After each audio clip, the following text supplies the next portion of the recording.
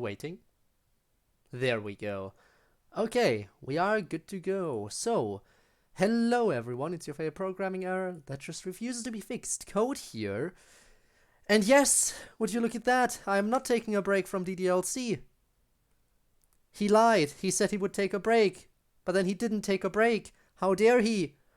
How dare he play more of this game? How dare he pick up another mod right away instead of just waiting for Club Meeting Season 3?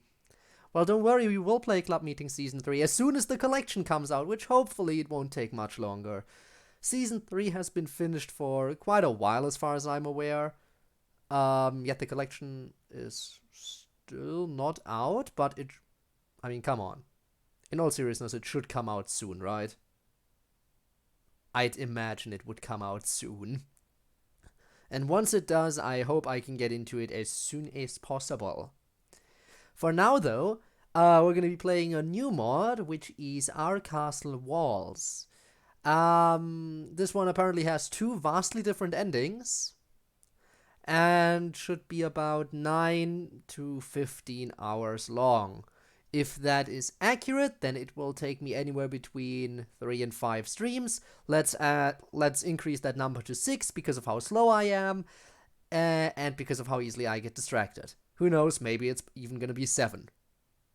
Now, yeah, let's just get through this introduction stuff while we wait for people to come. Also, no, the game isn't muted, there just really is no sound for this part. So, hey, don't just skip past this stuff, this one's kinda different. Our Castle Walls is a Doki Doki Literature Club fan mod, a non-profit and fan-made project that is not affiliated with Team Salvato or anyone else. It is designed to be played only after the official game has been completed and contains spoilers for the official game. What a surprise, right? Game files for Doki Doki Literature Club are required to play this mod and can be downloaded for free at ddlc.moe. Just a heads up, this mod will contain instances of flashing colors, bullying, physical violence, verbal abuse, self-harm, censored nudity, sexual violence, and unskippable explicit dialogue. Well, we can be glad that that stuff is censored, right?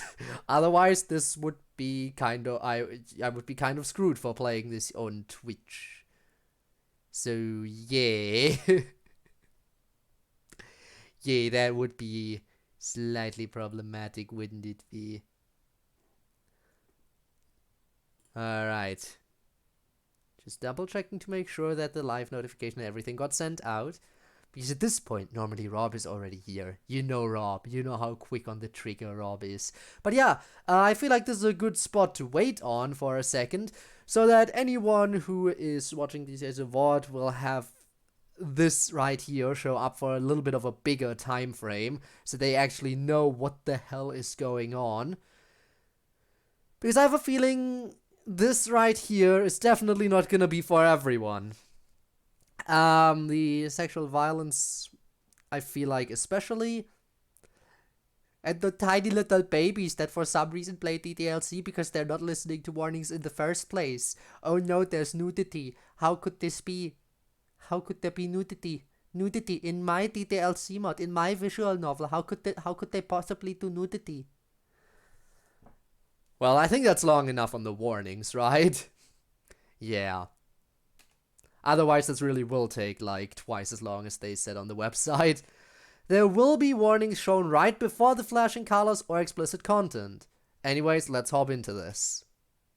By playing Our Castle Walls, you agree that you have completed Doki Doki Literature Club and accept any spoilers contained within.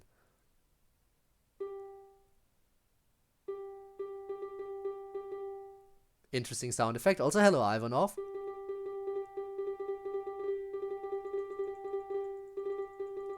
Spoilers! Yes, spoilers indeed. Also, again, for anyone who missed it, like, there were some warnings here. Yeah, hello, Bones. Hello, Ivanov. There were a couple of warnings about what is contained in this mod, including, of course, self-harm, verbal abuse, censored nudity, and what was it? Sexual violence, I believe. So there's definitely a lot of touchy subjects that are potentially gonna show up in here. Anyways, the warnings are there. Let's do this thing.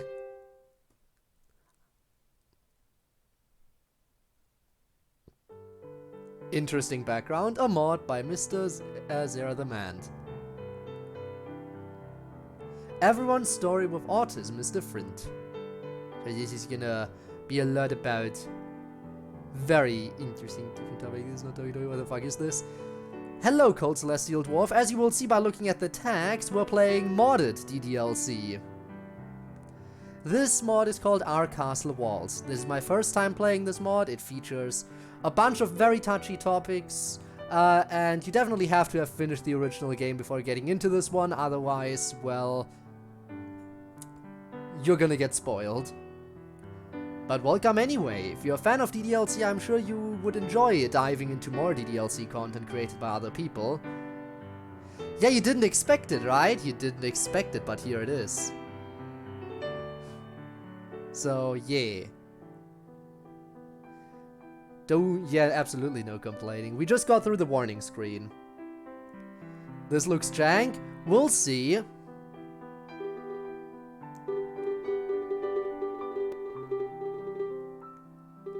New game. It's like, I would just check out once. Ah, yes, of course. We have to enter our name and begin. Just check out once. I nearly missed this, damn it. Imagine. Imagine if you did. You missing a stream, especially DDLC. How horrible. There likely won't be one tomorrow, though. I can promise that much. Tomorrow I will not stream, so nothing to miss there. Hello, and thanks for choosing to play this mod. Before we get started, there's something quite important I must mention right now.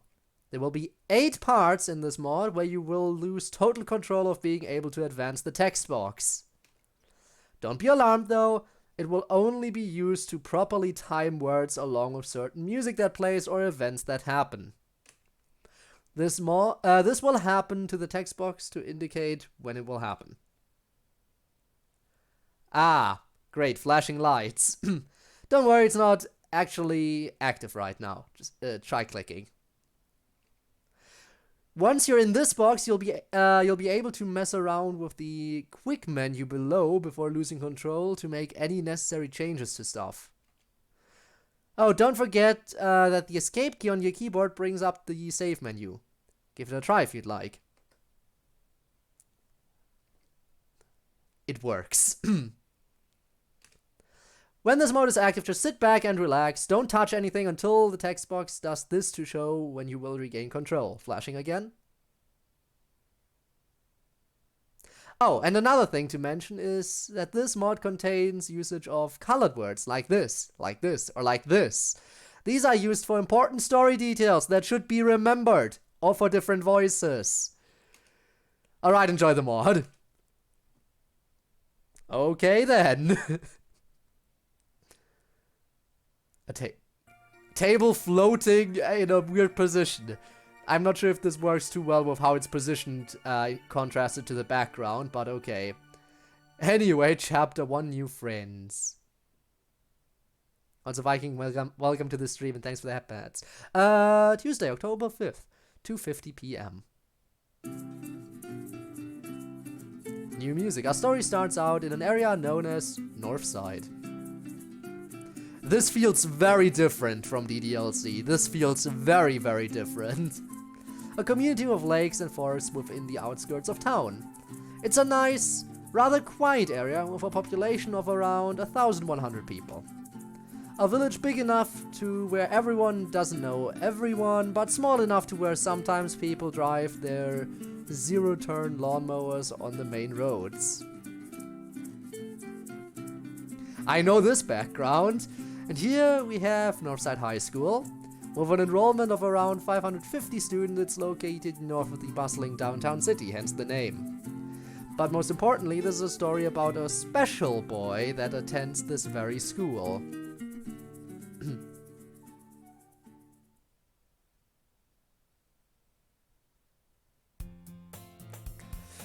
I'm sitting in my last class of the school day, algebra. This is one class I can tolerate. The idea of working with numbers and solving problems makes me use my brain a lot, which I enjoy. I've always enjoyed numbers and how certain things had different numbers on them as a kid. Same for colors. So this is not quite up my alley, but relatively close. Thank you. A special boy. I'm a very special boy. Very special. Thank you. Funny DLC mod Dimensions. Might have to look into that one too, but I think after this one, I will definitely wait for Club Meeting Season 3 collection. Because again, it can't be much longer at this point, right? But I might have to check out Dimensions as well. There's only 10 minutes left of class, may as well spend it on the assignment we were given today, so that it doesn't interfere with my free time at home. Today went by relatively decent. I speak to a school counselor every Tuesday due to some social struggles I have, and things seem to flow pretty well today. What's especially nice is that my counselor sessions are immediately after lunch and last about 45 minutes, which honestly I get to skip 3/4 of my least favorite class, history. Glad we can relate on that, because I also always hated history.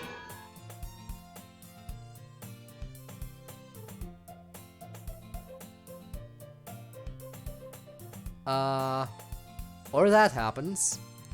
Thank you, Rob. Don't get off guard. Ever can drop at any point. No, I'm not doing it. Not because it's because I don't have enough for it.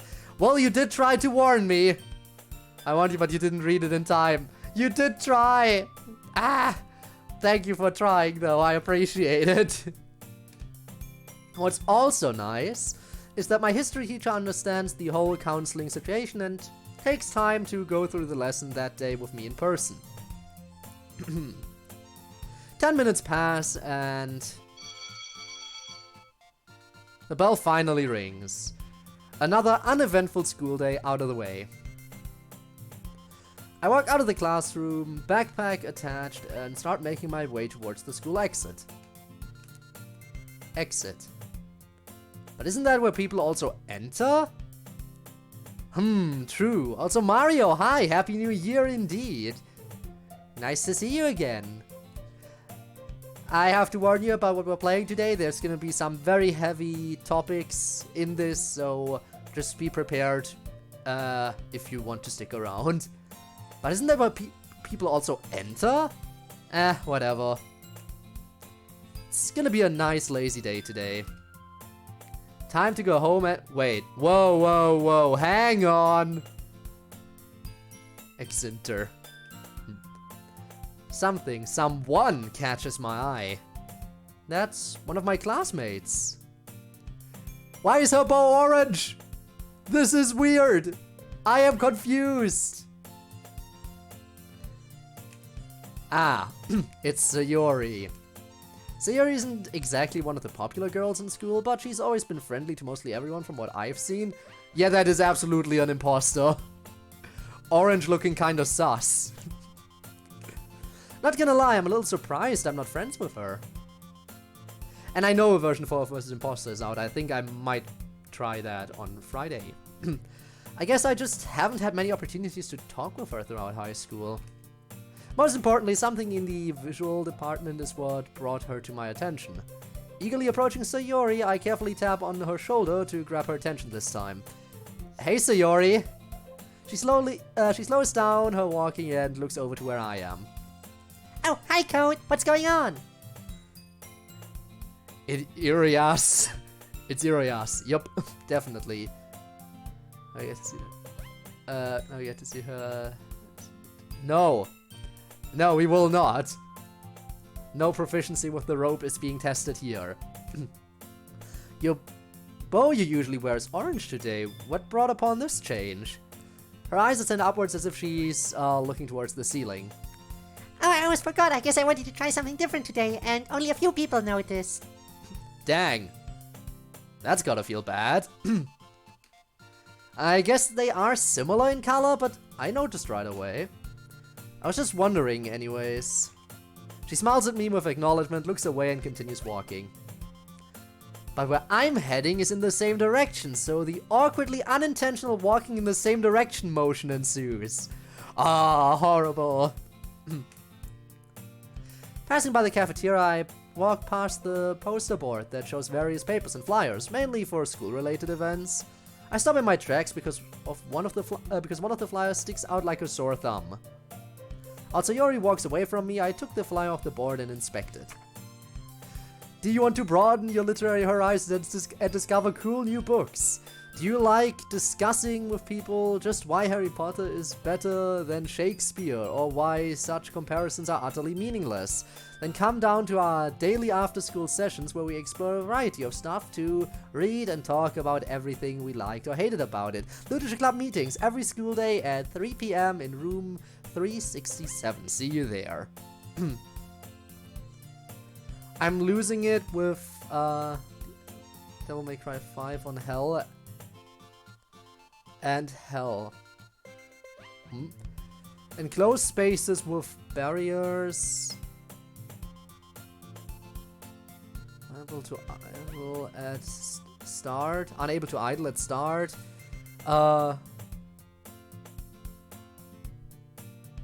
These and bug.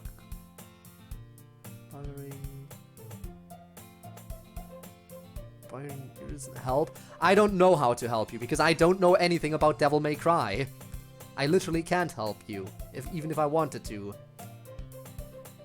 So yeah, no, sorry. The most club to ever exist.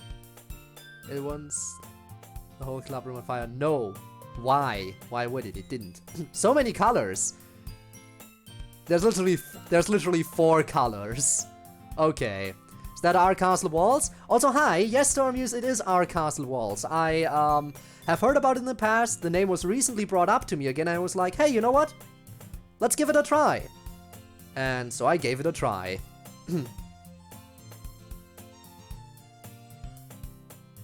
And we're doing that right now. I just started.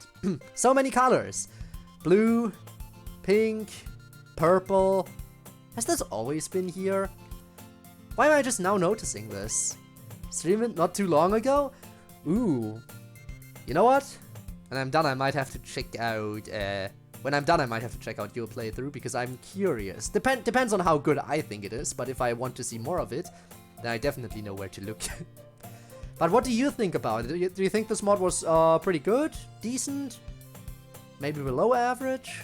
Because I don't know a lot about it. I am just now seeing this. Wait, Literature Club? What's that supposed to be? I swear I've heard that word somewhere. Maybe Sayori knows more about. Wait, what the heck? Where'd she go? I scan the area around me and see her heading towards the stairway that's perpendicular from the school. Doors? Exit? Big mouth? I swear I will think of the right word sometime. Flyer in hand, I start walking again, this time making my movement a little more optimal so I can catch up to her. Doors? The Roblox? Yes, that one. This results in me kinda getting in front of people and getting in their way, but they're not important right now. After a moment or two, I happen to catch up to her. Just enough so she can hear me. Hey, one more thing! After realizing how loud I was, I fear that I'll have people's eyes fixated on me, which makes me uncomfortable. Becoming red in the face, I wish this feeling would stop soon. Code, what's up? I take the flyer that's in my hand and put a little close to her face. Do you know anything about this club? It takes approximately 1 second to step away a little bit, then respond back. Of course! Of course, I'm the vice president of that club. You're one of the first people to ask me about this. Wanna check it out? Staring blankly at Sayori while thinking way too hard, I factor in the time that most clubs around here take out of the day. They take roughly about an hour or so if I'm not mistaken, and I planned on reading some more manga when I get home. Yep, the relatability. Actually, no, I don't read a lot. I only have like 2 different manga series. But maybe I will get into more eventually. Also, hi Neon, welcome to the stream! Besides, this is a club about literature. Is that the word? May as well check out one of the clubs around here. I have yet to do so my high school career. Sure, what's there to lose? Sayori gives me a questioning look, but then that changes to a smile. Cool, follow me then. As we make our way to the classroom that this club is supposed to be in, I can't help but become lost in thought. Has some good writing and characterization, also has some nice artwork and coding effects. Not crazy about the rampant memeing, but I sort of get the feeling that I am not in the target audience for that part. Ah, I see. Well, we'll see what it's like. Looking forward to it. I'm mainly just playing it because, you know, Club Meeting Season 3 the collection is still not out. I am waiting for it. All the Season 3 episodes are out and have been for a while, but the Season 3 collection is not a thing yet, and I'm waiting for that to come out before I dive in. After that, I'll likely play when they start doing the episodic stuff again. At least you acknowledge my pleas. I mean, that's all I can do, literally. Lots of references that went over my head. We'll see if I can catch the references, but who knows? Let's see. Wait a minute. Did I lock the door when I left today? Don't you think about that every 2 seconds? I have my keys, right? Why am I thinking about this? I must have... Wait. Keys, door, entrance! That's what the word is! Amazing. Hey, has dementia. What's going on? She stopped dead in her tracks. Oops, I said that out loud. Oh, my bad, I just thought of something that was bugging me. She smiles at me and proceeds to swing open the clubroom door. Hey everyone, we have a guest! Guest? Yeah, I suppose that works. Once I carefully step inside the clubroom, I take a moment to look around to see that I've never been in this room in my life, let alone this part of the school. I don't usually have a reason to be up this way. MC has a very particular characterization in this mod. Yeah, I'm aware. This is a... that MC is a special boy in this one. I don't usually have a reason to be up this way. My chance of checking out the environment is then broken by a voice I haven't heard in a while. Oh my, what a surprise.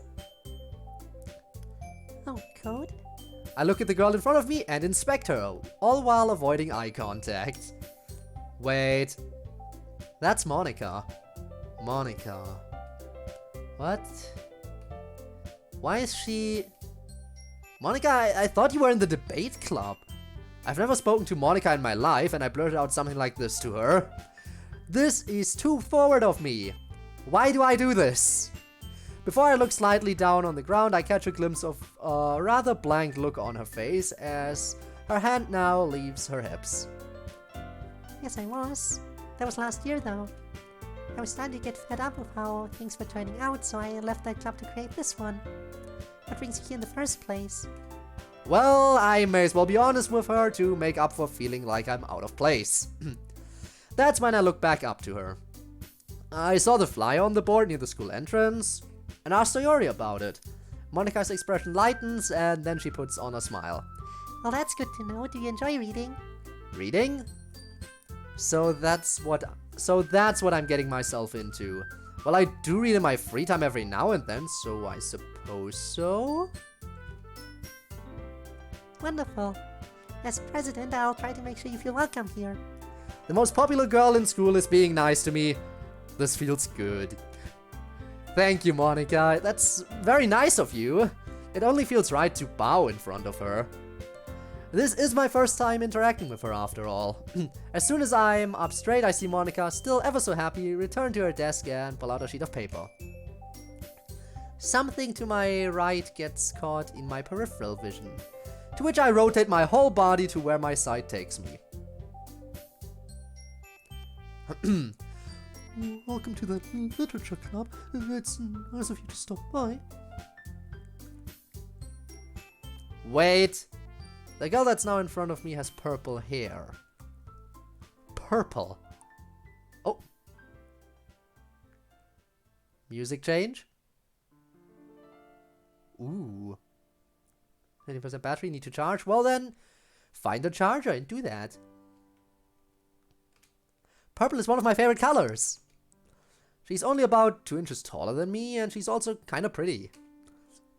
This is making me nervous. Oh god, what do I say?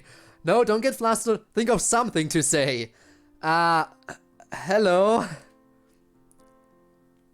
May I ask your name? She looks a bit nervous and looks away a bit after asking her that. Lazy. Overcome your laziness. I know you can do it. Just Monica. Hits different. Repeated with dementia. Just Monica. Just Monica. Just Monica. Just Monica? Just Monica. Oh, I'm Yuri, and you? The nervousness is still real. Arcasa balls. No! The nervousness is still real. Also, hi, Spinne. Code. Looking away slightly from her leaves me with my thoughts. Yuri. So that's her name. Is this girl in the same grade as us? Immediate romance. I think I may have seen her once or twice in the library, but never paid much attention. Behind the pretty purple-haired girl named Yuri comes a much shorter pink-haired girl walking towards us. Good lord, Sayori, you brought a boy. Way to go. Jeez, isn't that a little uncalled for? It seems that everyone's eyes are fixated on the pink-haired girl. Not Suki. What are you looking at? If you gotta say something, then say it. Kinda feels like I'm being interrogated, so I look away again to avoid face-to-face contact with her. And don't even mutter a word. Natsuki? Yuri says towards this girl whose name is apparently Natsuki. She's so short though, is she a freshman? I'm snapped out of my trance, however, when Sayori taps on my left shoulder. Oh, this is Natsuki. She's usually full of energy. And this is Yuri, the smartest one of us all. Oh? Do we have a genius in the club? Yes, we do, and her name is Natsuki.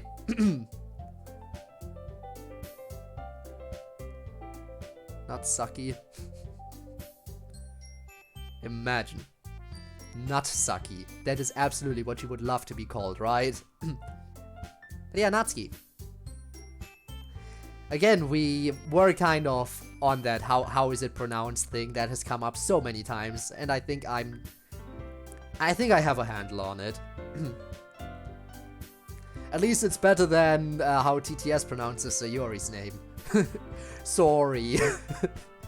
You're the smartest one, but Monica is everyone. Every member is one. Yeah. Do we have a genius in the club? We have a pretty girl genius in the club. This is awesome. Please don't say things like that. Well, it wouldn't be wise for me to make a bad first impression to these two. Well, it's nice to see you two. Yuri continues to keep a slight smile at me while Natsuki crosses her arms. The look on her face shows uncertainty. It sounds like you already know Monica, eh? Dude, Monica is the most popular and talented girl in school. Who's Monica? Just Monica. Who on earth doesn't know her? Bro, I'm pretty sure everyone in the school knows Monica. Oh god, I said that without thinking. I really have to stop doing that. Monica and Sayori both turn to me like I've said something wrong. Oh, sorry, Sayori, I call people bro pretty often. Say that out loud, MC. Just turn off your switch, just say everything out loud. No more thinking, just speaking. Looks like Sayori's the one with the blank face this time. Oops. Had we known you were going to visit our club, we would have baked cupcakes for you in advance. Isn't that right, Natsuki? Natsuki has a slightly annoyed expression when she looks over to Sayori. I suppose. Yuri decides to speak up. Well, how about I make some tea for everybody? My eyes widen a bit after Yuri says that. I could go for some tea right now. Wait a second. There's a classroom. How would... whatever. Sure thing. Yuri walks over to the closet in the corner of the room to grab what I can only guess is a tea set, while Natsuki walks towards Sayori. Sayori pushes a few of the desks around to create a makeshift table, and she motions the two of us to take a seat. Wow, they actually did the table thing.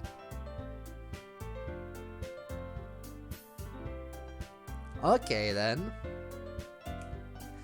What's Monica doing? Looks like she's writing something. Isn't she gonna join us? She'll join us. She'll join if she wants.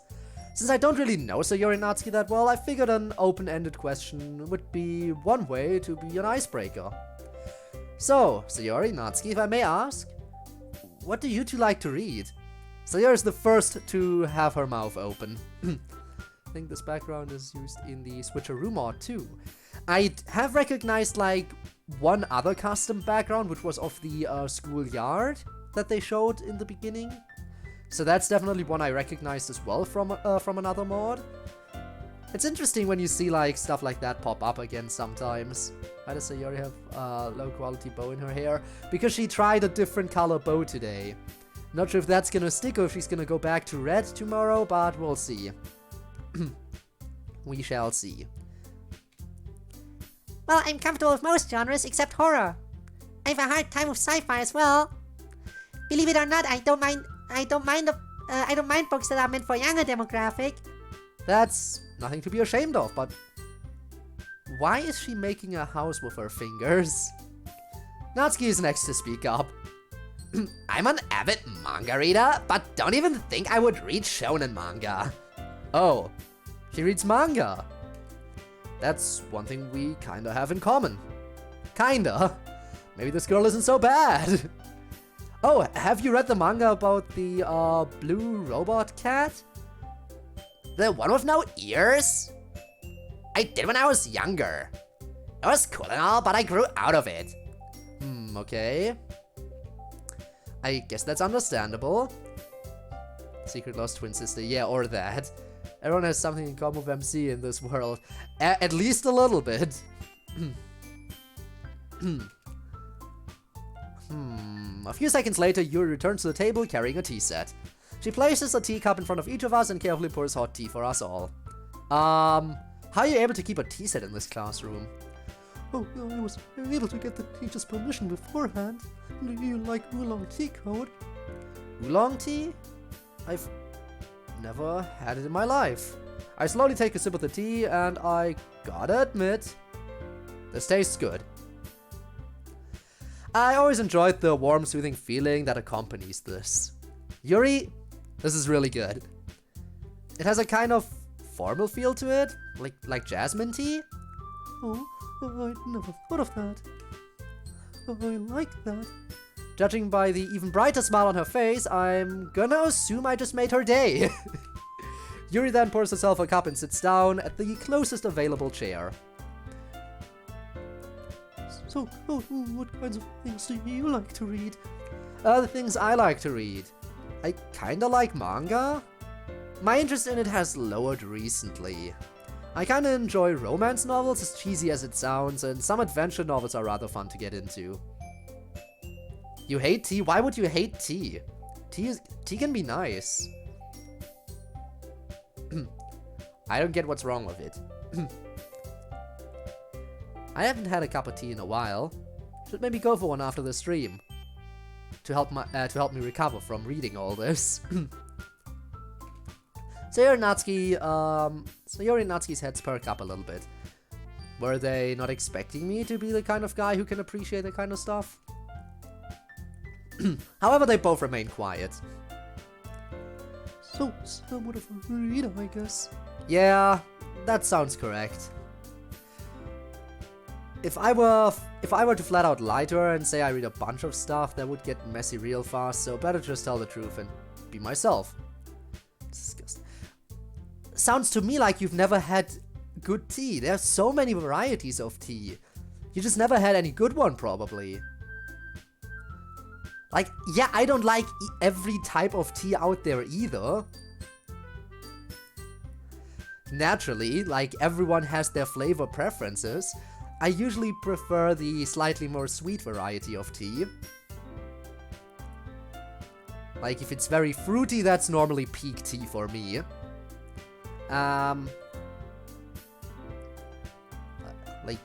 Like tea with cherry, like cherry flavor, that's always nice. Stuff like that. Well, yeah, there are many varieties. It sounds to me like you just had, like, tea that wasn't quite up your alley, and then you just wrote off tea in general, because you had, like, one negative, like, one flavor that you didn't like, and were like, yeah, no, all tea is disgusting. But what do I know? Maybe you have tried a bunch of different sorts of tea and just don't like it. I don't know. Anyway, enough rambling. We are tea enjoyers. We are indeed. Now it's your turn, Yuri. I've already asked Yuri Natsuki, what do you like to read? Let's see. And it's also, yeah, sometimes if you don't like it, other than poison than tea. Wow. Damn. But you know, that's how I feel about soda. Also, wow, Rob really wants me to play an ad right now. Alright, fine. Rob wants an ad. So I'll play a 30-second ad. By the way, if anyone hates the ads, blame Rob. I think it's setting up. Or does that say it's already... There it is. It's running. Alright, so anyone who's currently still able to listen to me either has a good ad block, is subscribed, or is watching this as a VOD. Either way, hi, thank you for watching. Ah, I see, you probably have a decent ad block then. Or you got lucky.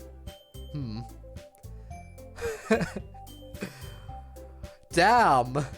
Okay then. Well, now the ad is over anyway. Now it's over anyway, and we can continue. I have no ad blocker though. Weird. Weird. Maybe you just got lucky. So I'll see you even though... Damn. I have this stream open separately, and I definitely saw an ad there. So it must have gone through. But yeah, no, apparently for a lot of people it just doesn't show up. Weird. But it did definitely trigger. Well, let's just be thankful that you didn't have to see it. Pig... What does that say? Pig tea? Tea with meat would be interesting. Okay, I have enough. You're getting very cursed now. Very cursed. Oh, well. Has a premium version, but I won't use that. Who pays for stuff? Paying for stuff? Ugh, disgusting. Imagine. Well, let's see. Yuri's finger does some weird circle motion around the top of her teacup. My favorites are usually novels that build deep and complex fantasy worlds. The level of creativity and craftsmanship behind them is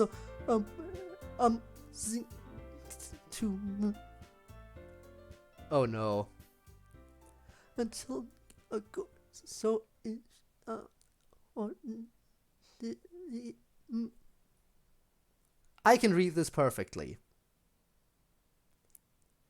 Also, Mario, I have no idea what you're doing there. But if you're just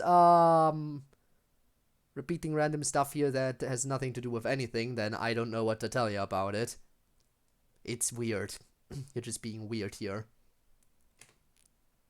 Yuri goes on, clearly passionate about her reading, but my mind has drifted somewhere else. A blue bird has landed on the outside of one of the classroom windows.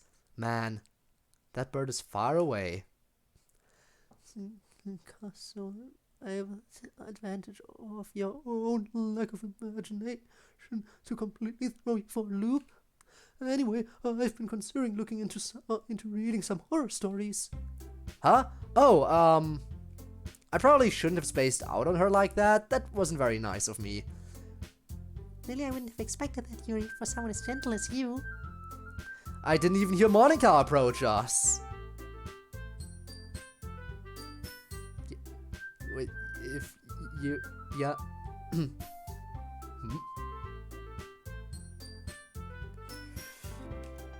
Did her parents train her in the art of ninjutsu or something? She doesn't sit down with us, however. I suppose. My research, really now, without my PC crashing in 13 tabs. Look at you go. Also, why would I be your wallpaper? That doesn't make sense. There's nothing about me that is wallpaper material. Like, just a random screenshot or something would be all. I suppose, but if a story makes me think or takes me to another world, it's almost impossible for me to put it down. Which is why you should get into isekai. I've been told that surreal horror is successful at changing the way you look at the world. I hate horror. I'll be honest, I myself haven't dabbled into horror. Again, with being honest to these four. Yeah, you tend to prefer cute things, right, Natsuki? Oh, what gives you that idea? Looks like Natsuki is starting to become flustered. I saw the brand new manga you recently got for your birthday. Wasn't there one called... Don't say it out loud. Ouch, my ears. Maybe listen to yourself once in a while or something. Looks like Sayori has a dumb smile on her face. Your cupcakes, your writing... Everything you do is just as cute as you are. I'm not cute. Bro, again with the shouting. Wait a second. Weren't cupcakes mentioned earlier today? After recovering from the assault on my ears, my attention shifts over to Natsuki. One of your hobbies is baking? Well, yes it is. Why do you care? I was gonna say something along the lines of I think that's impressive, but if she's gonna be this rude towards me, then forget it. I was just wondering. Still trying to recover from Natsuki's attitude, I look over to Sayori, whose bright face makes me feel a little more at ease. Hey Sayori, are there any other key features of this club? Well, we talked about writing and poems last year, but only messed around with it every now and then. I've thought about sharing my work with everyone here again, but I don't feel like I've improved any. I understand how Sayori feels. It's quite bold of one to be able to share something they've put their heart into. The truest form of writing is writing to oneself, being able to open up to your readers, to bring out your vulnerabilities, and to show one how one truly feels is all part of the beauty. I'm actually really happy I didn't space out at all just now. How Yuri talked about writing was clearly captivating, not gonna lie. Yuri, I've seen what you're capable of. Maybe if you share some of your work, you can set an example to help Yuri feel comfortable enough to share hers again.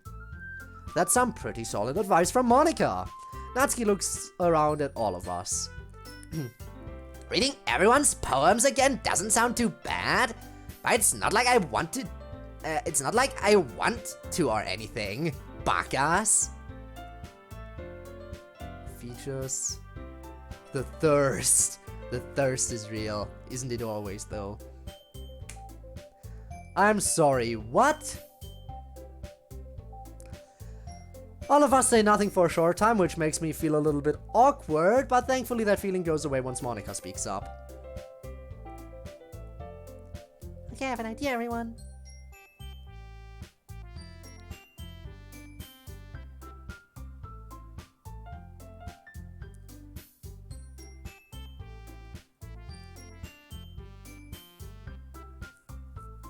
The pose, it is the pose, it is the pose.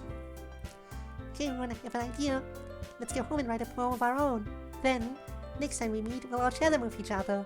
Just like last year. It's the infamous Monica pose. How does that sound? Well? Yeah, let's do it! So, Code, what do you think about joining our club? Monica gives me a warm smile, but I can't help but get lost in thought. Will I really have a good time in this club? I've already went over that this won't interrupt my free time at home at all. I wouldn't mind having a few more friends, but do I really want to be in a club with Natsuki? Wow! Okay, I don't relate to this protagonist. How dare you insult Best Girl? First impressions mean a lot, but then there's also Sayori, Monica, and Yuri. Those three have been friendly towards me. So one straggler out of the bunch shouldn't be that bad. Majority rules, right? I feel personally attacked by this. Oof, indeed. Yikes. But what was that one quote about the bad apple? Code, you there? I am suddenly brought back to reality after Sayori tapped on my shoulder. I also feel it. Yeah, this is, well, again, it's a different MC. It's a different MC. Our MC here is a special boy, which we've already seen many times.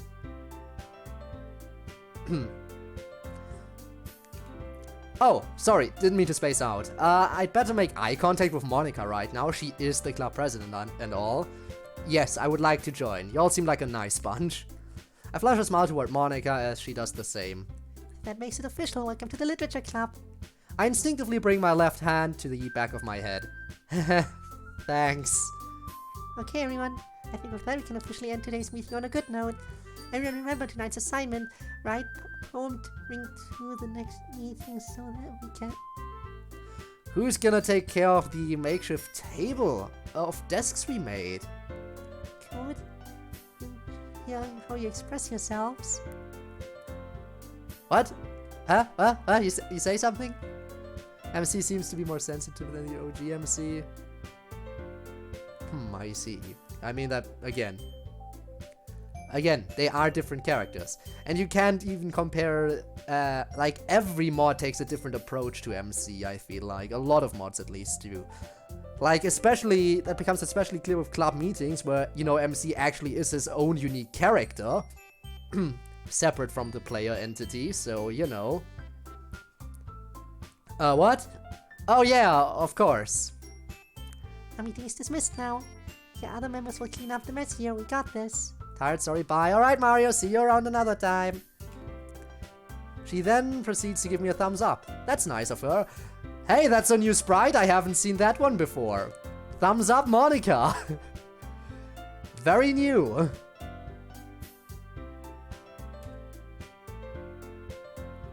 Monica's point of view, 3:57 p.m. Oh, we're changing points of view? Also, wow, the long hair MC, okay. Money thumb. I mean, I guess we kind of saw this already on the title screen, but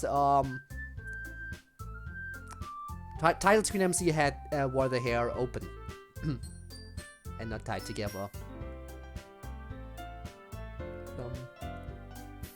Arm was so damn short. I mean, kind of. We are wearing the male uniform, so no, I think... Yeah, no, we're definitely wearing the male student uniform.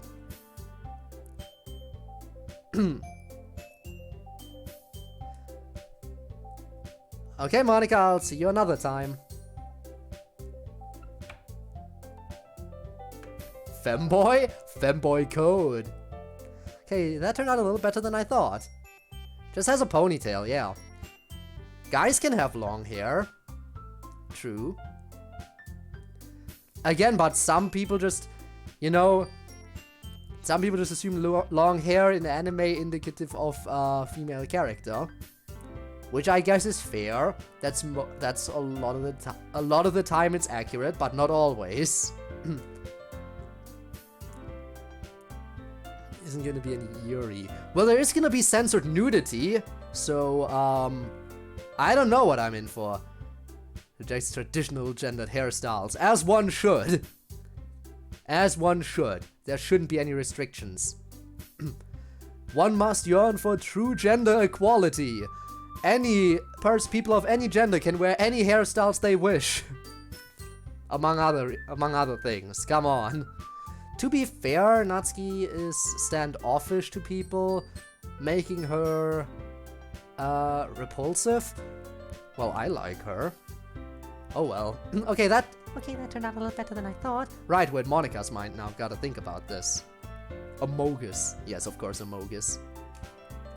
By the time that Code is completely gone, Yuri starts taking care of the tea set while Sayori and Natsuki are rearranging the desks from their makeshift table. Mari's stuck on Yuri, taking care of her tea set for a bit. Then they dart over to Sayori, who seems to be finished with what she was doing. I then clear my throat. That was entirely unintentional that coincided with that line, but okay. I then clear my throat to get everyone's attention. Everyone, gather round. I've got something to ask. Oh, it's confusing that this is now Monica. Everyone looks at me with faces full of questions. Monica, what's going on? What do you guys think of Code being in the club? Everyone looks to me like I said something wrong, especially Natsuki. Why should I talk about how I feel about him? Well, doesn't he seem a little different? Monica, everyone is different in their own way, and Code seems to be no exception. That is, from what little I've seen thus far. So I'm guessing you're not opposed to him, right, Yuri? Well, no. I'll remain optimistic about this. I never really have Yuri talk about optimism. I can't tell whether it's pleasant or disturbing. What about you, Natsuki? I don't know him very well. He's probably just like every other weirdo in the school. Monica, it's not like you to worry this much. If you set a good example for him, I'm sure things will run smoothly around here. Hmm. You're right, Sayori. I'm glad we have a new member and all, but I'm worried about what will happen in the future. I've seen how Code reacted to Natsuki today, and it didn't look very promising. The best thing we can do is be ourselves around him and show him who we really are. Natsuki looks over at Sayori, probably thinking, keep your mouth shut, while Yuri's smiling slightly over what she said. Well, thanks for your time, everyone. Meet back here the same time tomorrow, like always. Looks weird. Not the bow, just something seems off. It is the bow. After the girls say their goodbyes, I walk over to the teacher's desk and grab some papers and classroom keys. Maybe Sayori's right, I shouldn't worry about this. Even though a new club member is special needs, I'm happy we're that much bigger now. Monica being slightly judgy. Code's point of view. 3:57 p.m. Leaving the club room to start my journey home, I can't help but feel accomplished. I'm actually in a school club now. I can share a hobby of mine with others now.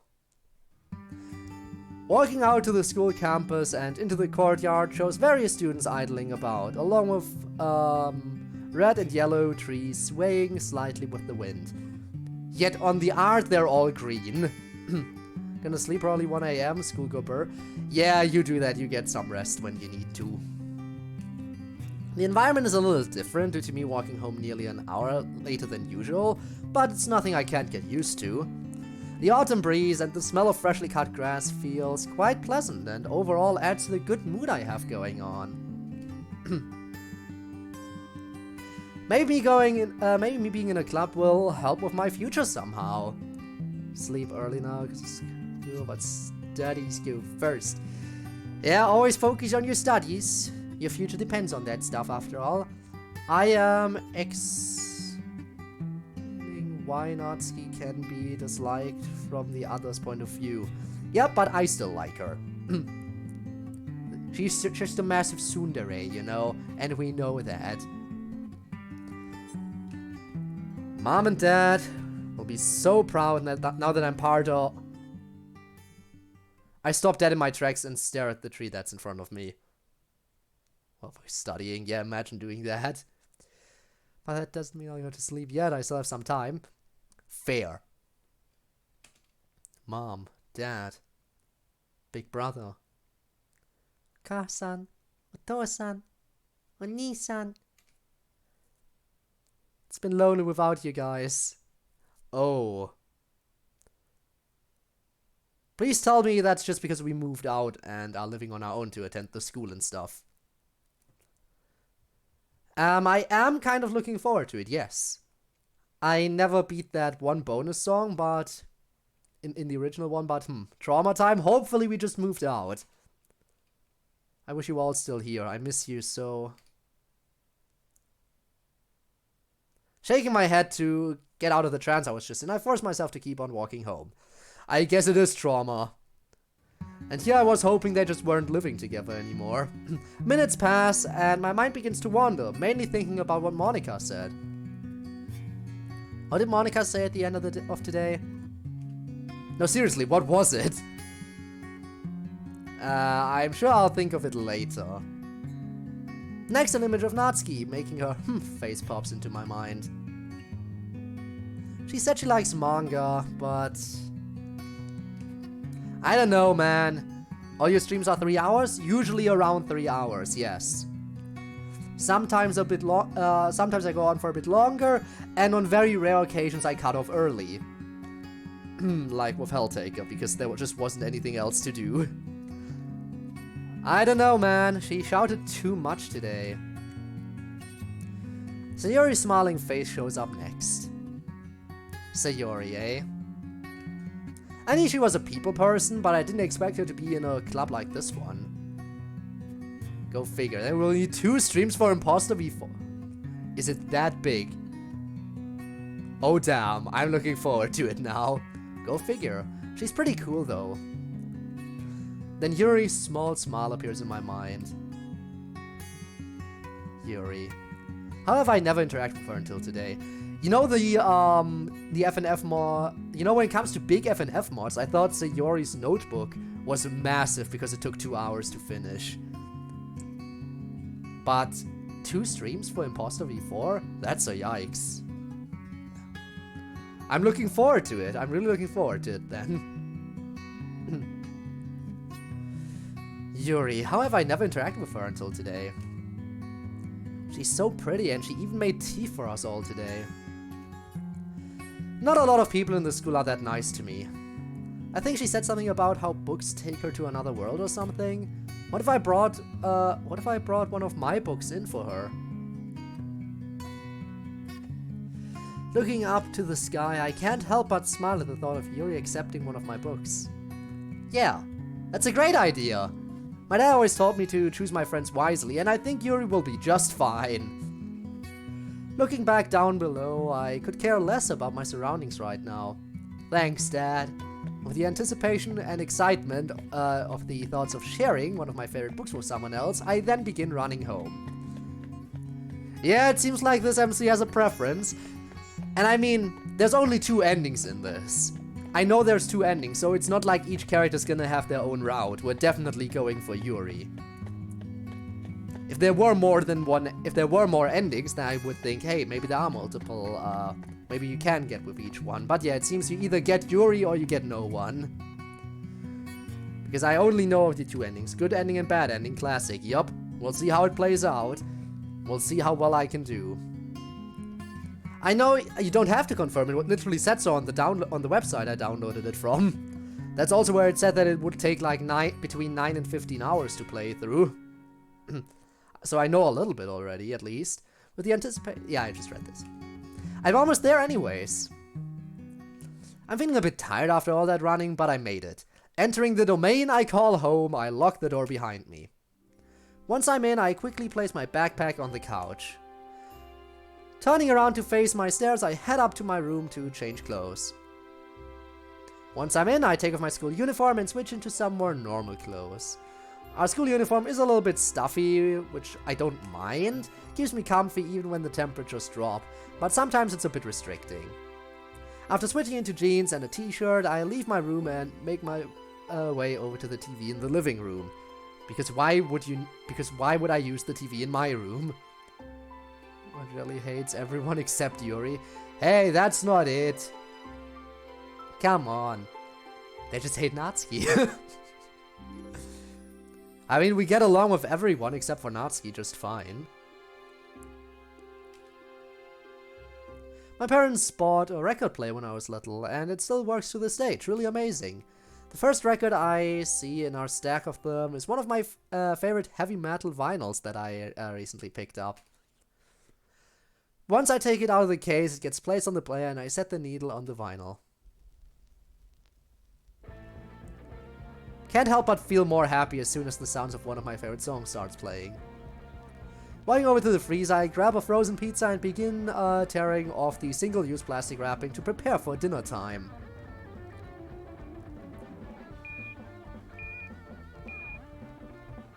Several minutes later, the oven beeps as loud as it was programmed to, telling me that pizza is done. Pizza time. Alright, it's hungry food time. This will make homework go by much easier. Carefully taking the pizza out of the oven and allowing some time for it to cool off, I happily dig in and then return to my homework in front of me. Luckily, there wasn't too much today, just my least favorite subject of all time, history. Again, that is relatable. I don't think I'll be able to use it in the future. BRB, alright, see you in a bit, Viking. My future. That seems a little bit scary. What am I gonna do after high school? I'm not really sure what career path I'd like to go on. I wonder if mom and dad will help with that. Maybe they'll help me get on disability or something. Maybe they'll help me with getting a job, who knows? Speaking of which, I still can't remember what Monica said. You just hate to have that happen. What are the chances that it'll show... Wait, what? Hang on, where'd the music go? Shoot. I know what that means. Pushing myself away from the kitchen table, I get up and walk over to the record player. Grabbing the vinyl and flipping it over, I don't quite place the needle on it yet. The stack of records catches my attention for a bit, especially one called Select Songs from Sega. Man, my parents bought this when I was little. And it's still in somewhat decent shape. Mom and Dad used to play this quite often back then. Oh, it's happening. Okay, gotta read fast. After adjusting the music and sound volume accordingly, if you wish to, please click to continue. Alright.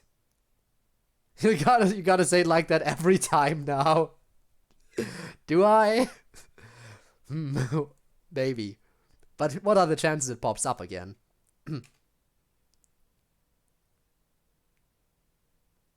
Alright, I just know I have to read it quickly now.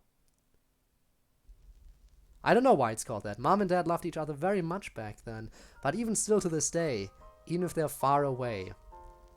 I learned a lot from them, whether it be social stuff, how things in life work, the list goes on. I really owe it to them for helping me be the person I'm proud to be, even if we do get on each other's nerves once in a rare while.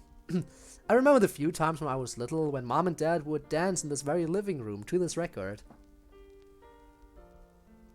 My big brother would tease them about it sometimes, but that never really seemed to bother them. They looked so happy with each other, and it was shown by how they moved and looked at each other. One thing my dad would say to my mom sometimes that stuck with me was, You'll always be my everything to me. And she loved it every time he said that. It's funny, some of the things that you remember that stick with you like that. Maybe I'll be in their footsteps someday. Hurry, the cutscene, the moderator of this chat commands it! Yeah, I am doing that, and I have done that. And we're back to normal. Visual novel mechanics, yeah. Maybe another time. Wait. Maybe another time... Maybe another time, friend. There we go. After giving it some thought, maybe it's the best that I get some reading done before bedtime. Playing music probably isn't the smartest idea right now. Not before bedtime, at least. That being said, though, I make my way towards the stairs and walk up to my bedroom. Upon entering my room, I remembered something I thought of earlier today. Maybe I bring one of my books. Yeah, where is it? Approaching my bookshelf, it only took a few seconds to find the book I was looking for. Ah, here it is.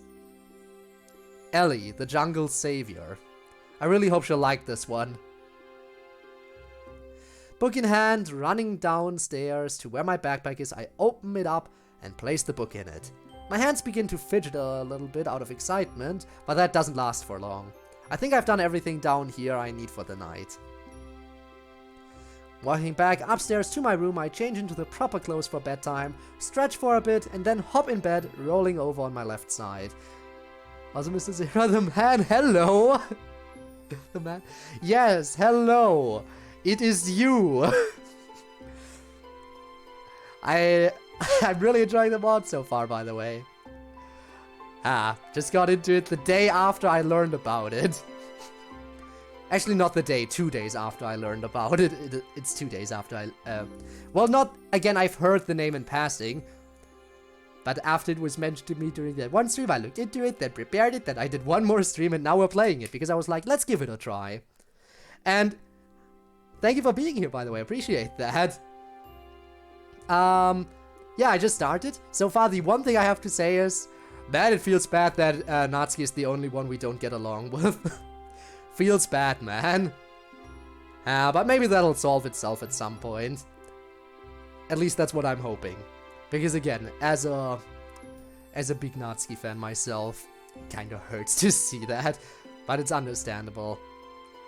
To a degree. We'll see. We'll see how it goes.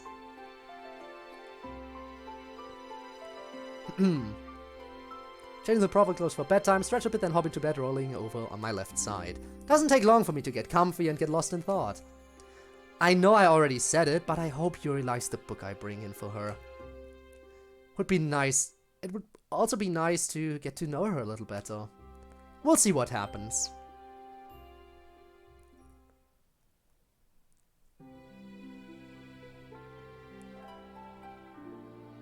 Chapter 2, start of something new. Okay, so a chapter takes about 1 hour if they're consistent, so we should be able to finish 3 chapters per stream, on average. Probably. Wednesday, October 6th, 6:45. Frick! I don't want to wake up. Dang, this came way too early. After shutting off my alarm, I'm tempted to fall back asleep, but I know that wouldn't be wise. Better get up and take a shower then. They are not consistent. Okay. That is good to know. So I won't try to take the chapters as a good orientation for how much is left. Got it. Thanks for pointing that out. MC suddenly being very relatable. Again, some things about him are just relatable. And you can't tell me otherwise. This is the 3rd longest chapter in the mod. Okay. Well, we'll see how long this one is. Better get up and take a shower then. My morning routine is pretty usual. Wake up, shower, get dressed, and then breakfast time. Breakfast time. Happy music. Opening the cupboard, I see a box of cereal in plain sight. Oh hell yeah, corn pops! Grabbing the box, I open the fridge, take the milk, grab a bowl that didn't come from the fridge, and sit down. Cereal first, and then milk. In that order.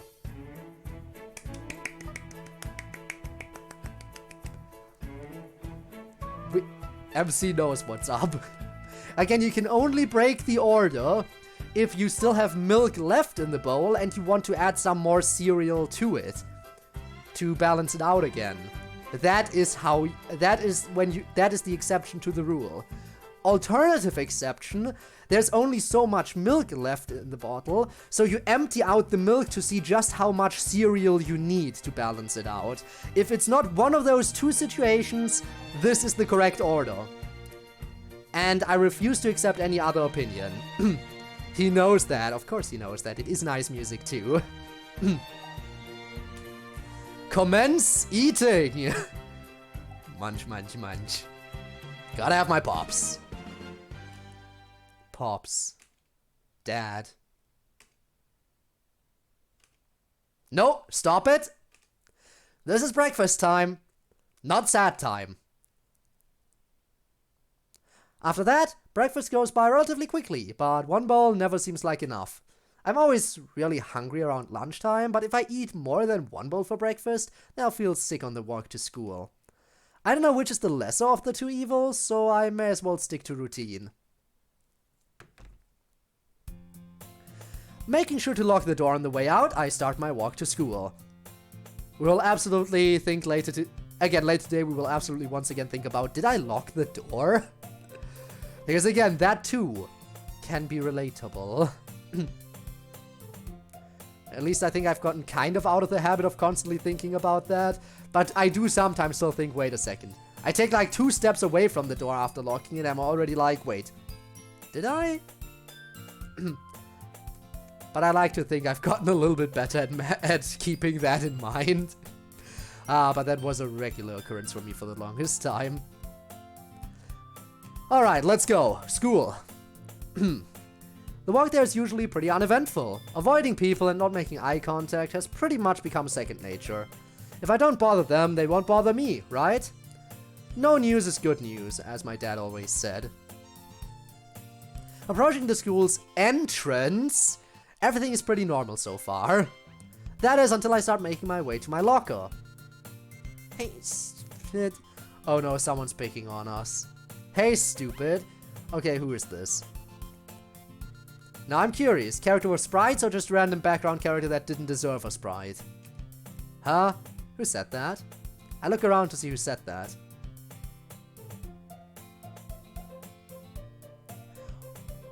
Wow. First of all, new sprite, haven't seen that one before. Looks a little bit similar to MC if I'm being honest, like the MC sprites you normally see, but not quite the same. Definitely not quite the same. Real MC, dang. Also, that line is horrible. But yeah. Maybe it's just a different, Anyway, yeah, I can definitely see how... I mean, is it supposed to be the OG MC, or is it supposed to be a different character? Were your parents... How do I make you sound? Were your parents related before they were married? The sounds of laughter from a few students fill the hallway as I realize who said that. God damn it, Wallace. Leave me alone. Wallace. Best to ignore him. Wallace. This dumb idiot. Were your parents related before they got married? Like that. First MC sprite the community made. Ah, okay. So it's an OG one. I see. I get it. He used to be a somewhat decent person. All throughout the school year, he's been unnecessarily vexing and somewhat stuck up. And there's really no need for it. Ha, ha, incest. Okay, we got the Wallace voice. Wallace. You would think his dad would do something about him, seeing as he's the principal and all. Oh no, principal kid. Privilege. Privilege coming in. However, I've seen no kind of authoritative action being taken against him. Whatever, let's just get today over with. At my locker, I unlock and open it along with my backpack. The moment I see the book from my bedroom, a smile appears on my face. Sweet home Alabama. Now that's something to look forward to. That being said, it's time to get to my first class. Man, screw Wallace, 2:55 p.m.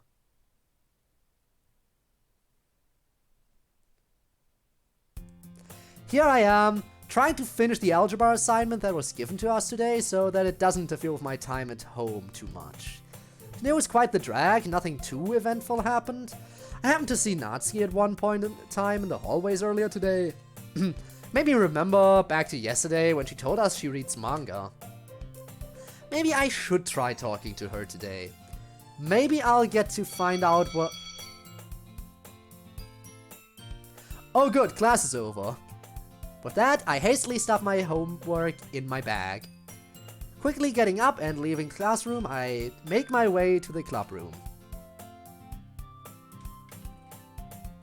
I'm surprisingly not too anxious when I approach and open the club room door. Seems like everyone is here. Wait, does that mean I'm the last one? Of course I am. Hopefully Monica won't be too upset.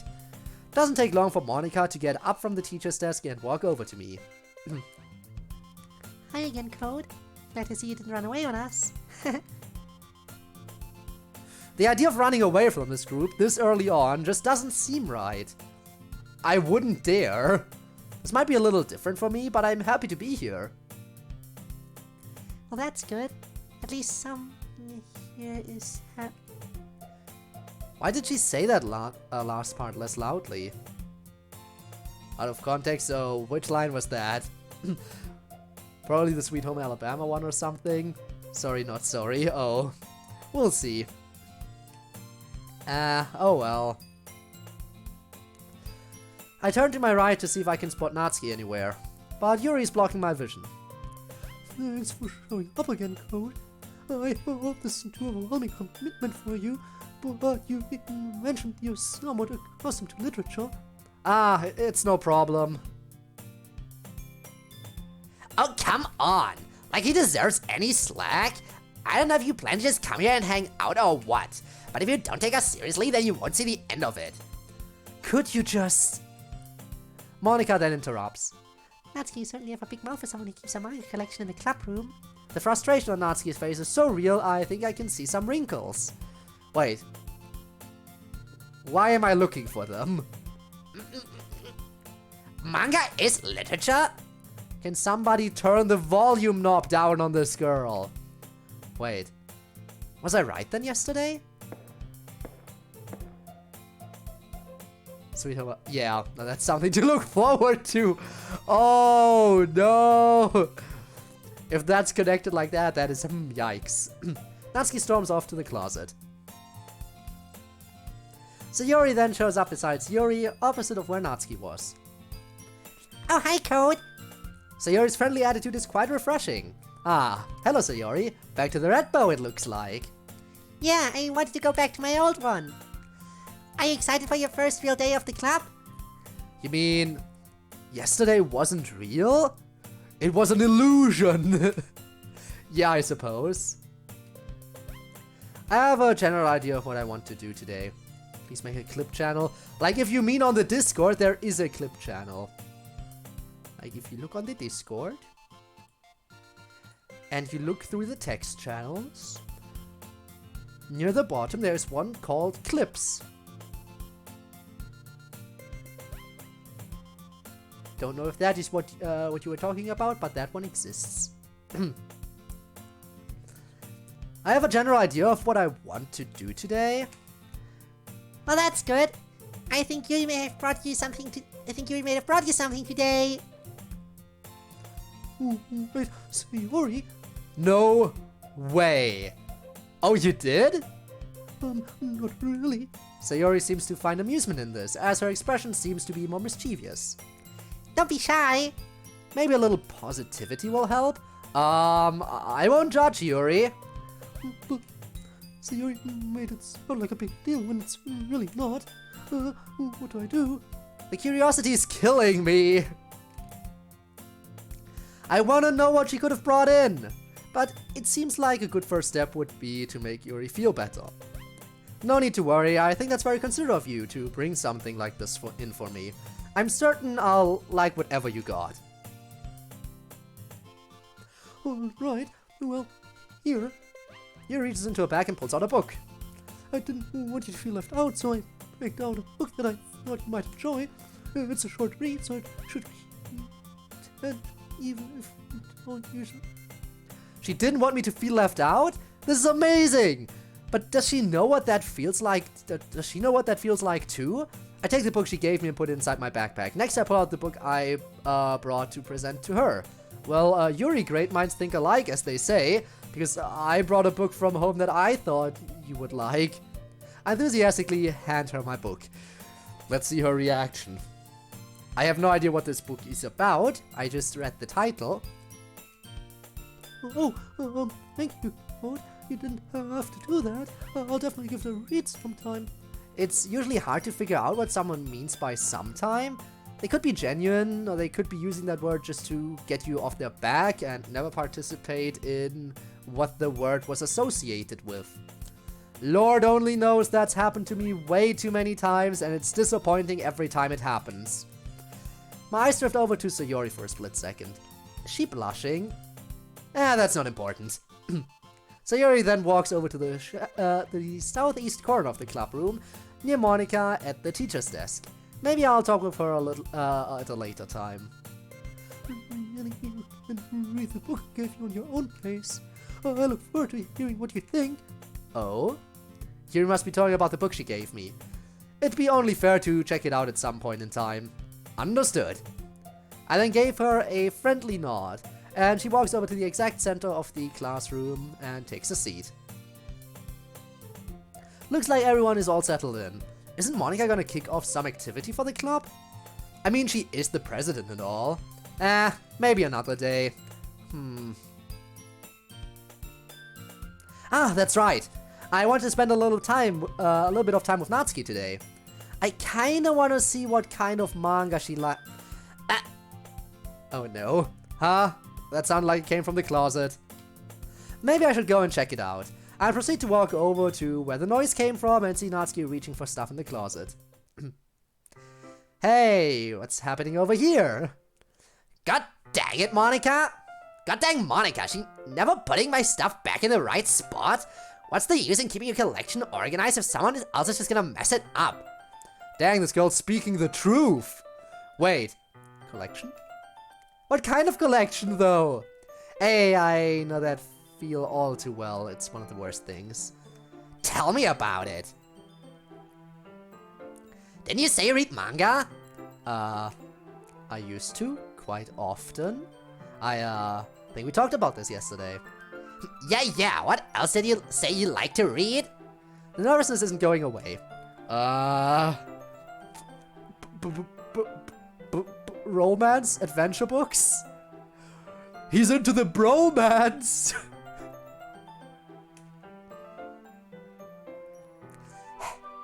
Go figure, it's kind of written on your face. What's that supposed to mean? I then look over to the left a little bit and see a lone volume of manga. Curious, I pull it out of the stack. There it is! Natsuki snatches it out of my hand. Dude, what the hell? I was gonna look at that. Not cool. She then turns to a box of manga and slips the volume right into the middle of the rest. Much better. Seeing a box set with just one book missing is probably the most irritating sight in the world. We just talked about this. I can't help but take a look at the box that she's admiring. Parfait Girls? Kinda reminds me of that one series, Wedding Peach. Wait, you're gonna judge me over something like this? No way. That'd be mean of me to do that. Have you watched Wedding Peach, by the way? No, I've only read the manga, and that was back when I was in middle school. What's someone like you doing watching that show anyways? I'll watch whatever I want to, okay? What have I gotten myself into? Because it looked somewhat interesting? My nervousness has jumped up quite a bit due to worrying about what her response will be. Fine, whatever, dummy. But anyways, Wedding Peach isn't the same as Fate. Her calling me a dummy is making me a little bit uncomfortable. I mean, we just met yesterday and all. Wait, hang on.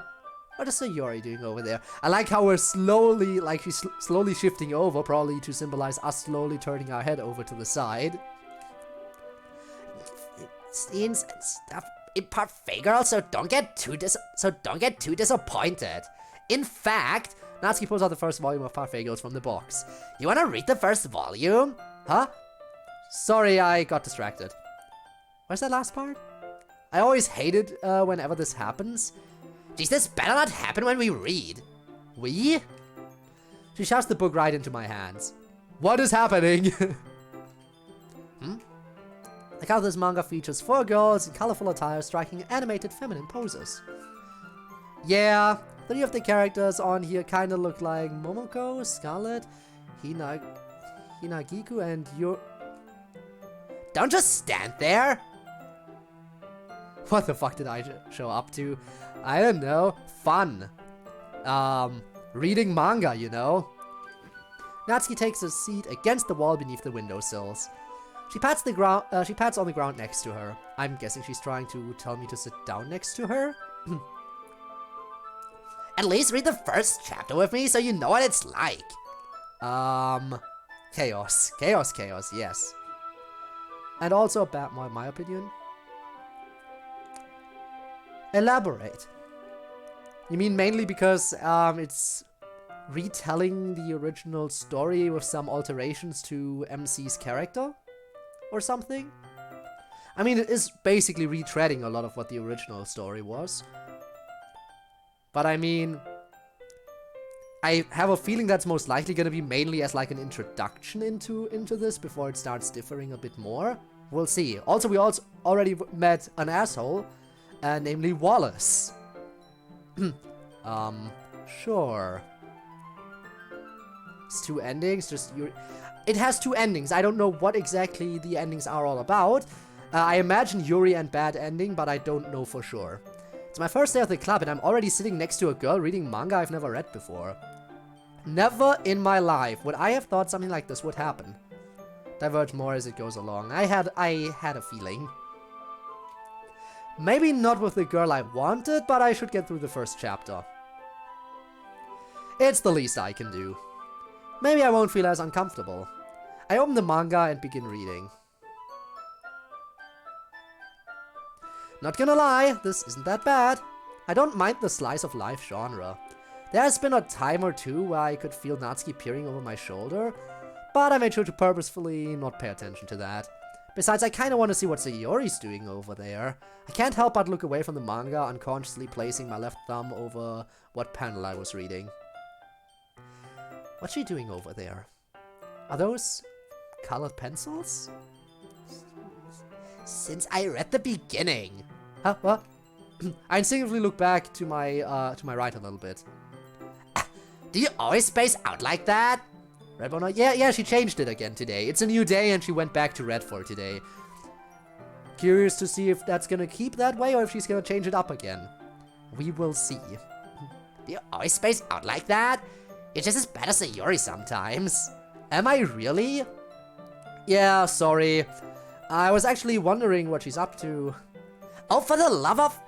If you're so worried about Sayori, then give me my manga back. Nice going, Code. I apprehensively hand her back her manga, but she snatches it out of my hands.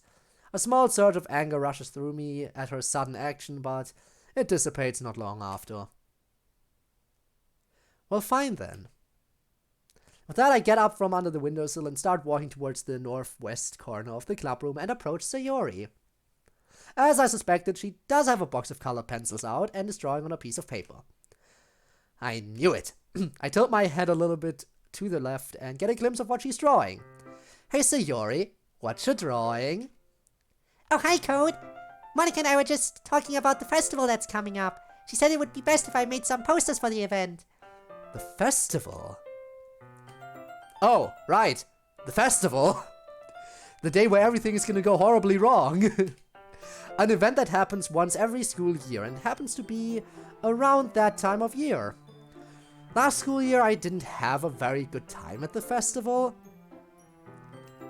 Everything that happened didn't turn out the way I expected them to, which led to that day last year being quite disappointing. Maybe the fortune teller I went to was right about that day. The festival, eh? Back. Welcome back, Rob. It is about that time of year. Will this club be doing anything for it, or will we have a free day? Sayori continues to color in the heart she's drawing on her poster. Of course we're gonna be doing something. We think we're gonna have Natsuki bake some cupcakes for the event. And Monica said that we're gonna... Looks like Sayori's red color pencil tip broke mid-sentence, and she now has a face of mild bewilderment. Gonna grab a new pencil now. Oh, I know how I can help. I extend my left hand towards her. May I sharpen that for you? Sayori starts to blush a little bit, thanks me and hands me the colored pencil. Turning towards the main clubroom door, I happen to walk by Yuri, who has her head in a book, as per usual. Oh, that's right, she gave me a book of hers. I never bothered to see what it was called. Is it Portrait of Markov? Wait, hang on. I can't believe what I'm seeing. She's actually reading the book I brought in. I stop walking for a second to bask at the rare sight that is in front of me. Faceplant herself into a book. She's reading our book. Let's go. Showcasing MC's short attention span. Yeah, he's been doing that consistently. He's been showcasing his short attention span over and over. And again, I mean, sometimes you zone out, sometimes you focus on something else, but it's clear that, again, in MC's case here, he's a special little bean. Wait, don't! People will think I'm staring. I make my way to the pencil sharpener and subconsciously start the sharpening process. But the image of Yuri reading my book stays fresh in my mind. I wonder what part she's on. Well, wait. If she started reading it just now, then hopefully the beginning, right? How silly would it be if she started reading on page 47 or something? I must find out! Leaving the pencil sharpener, I put the pencil in my right pocket and make my way over towards Yuri. He's gonna forget the pencil. She seems to be completely into the book I brought in. I carefully stop myself to her right side. She hasn't noticed me yet? How should I get her attention? I'm feeling nervous. I'm feeling nervousness build up yet again, just by standing close to her. Okay, the dementia thing. Attention span of a squirrel. Can relate. MC. But on the one hand, that means MC has definitely more character than the original base game MC. Because after all, the original base game MC is just supposed to be a self-insert for most of it. And I feel like the more the story goes on... Actually, no, original MC had some character, some of his own character. But it definitely was just supposed to be like a clean slate to self-insert into for most of it. Scratching my head trying to think of what to do, I am still somewhat amazed that she hasn't moved. What was it she said yesterday? Something about surreal horror? No, that wasn't... Yes, but no. Yuri then looks to where I am and sees me standing somewhat close to her. I didn't mean for that to do the trick. But it's alright, just remain calm. I'm sorry, Yuri, didn't mean to scare you. Oh, it's fine. I thought I'd check out what you brought for me today. Thanks again. How is this girl accidentally being so cute? No problem. I subconsciously bring my left hand to the back of my head and start scratching again. I thought it was a good idea. There's an awkward silence between me and her. Come on, think of something. That book was one of my favorites when I was growing up. It's a miracle that it's lasted as long as it has, since my parents bought it back when I was in junior high school. Yuri's face perks up for a bit. Oh, your parents bought this for you. That's rather sweet. The smile on my face never leaves. I can feel a slight burning feeling right after she said the word sweet. I suppose so. So, it's hard to make eye contact when I'm around a pretty girl like this. Most of the time, eye contact is something that just doesn't happen often. Not unless I force myself to, or else I'm with someone I'm quite comfortable around. I'm not saying I'm uncomfortable around Yuri, but we only met yesterday, for goodness sake. Believe it or not, I tend to think more clearly and think about sentence structuring better when I'm constantly looking around, looking at nothing in particular. You said you're enjoying the book so far? Yes, I am. It may not be my preferred genre, but it feels like a breath of fresh air. What could her preferred genre... What could be her preferred genre then? Well, the beginning does start out a little bit slow, but once it starts to pick up, you might have a hard time putting it down. Oh, is that so? I should probably take your word for it. The description on the back was a little bit vague. All I really understood from it was that an elephant and her group of friends stopped the jungle from being taken over. Yeah, that sounds about right. The stupidest of ideas start appearing in my mind. Hey, may I ask you something? What is it? Go for it. Could I, may I sit next to you and read alongside with you? I can feel my face burning a little harder. Oh, Oh no, I don't like where this is going. It's just, there are some things in the story I'd like to point out that will make more sense later on. He forgot the pencil, let's go! Yeah, go to someone. Hey, I'll sharpen that for you. Starts. Actually, no, let's keep that and move on with something else. But yeah, that is pain. Gotta feel bad for Sayori at this point here. that's... Well, Well, I guess that's alright. nice! I smile and give her a confirming nod. That being done, I quietly grab a chair from a nearby desk and place it next to Yuri's side. Yuri's right side. It isn't until I take a seat next to her when I realize just how close I am to her. Another awkward silence commences until Yuri speaks up. I'm sorry.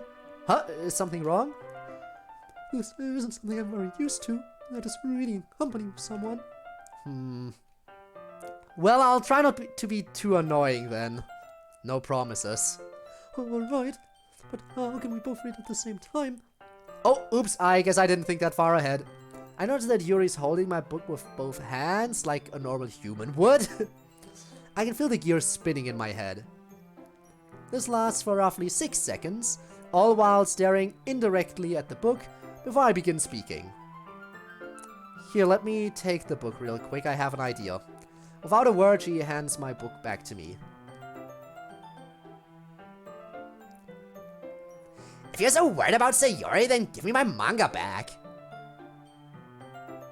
Flashback from earlier place in my head when Natsuki forcefully took her manga out of my hands and how that made me feel. I better be considerate to Yuri and learn from Natsuki's mistakes. I carefully take the book back from her. Alright, so here's how this is gonna go. I'm gonna take control of the right side and you'll be responsible for the left side. Look at where my right hand is and correspond with your left hand on your respective corner.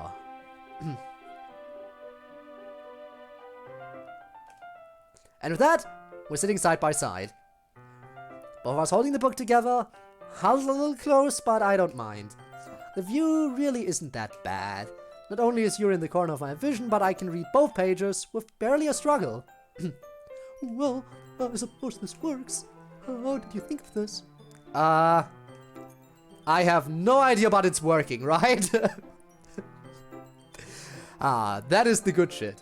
I have no idea, but it's working. That is all we need in life. Let's do this.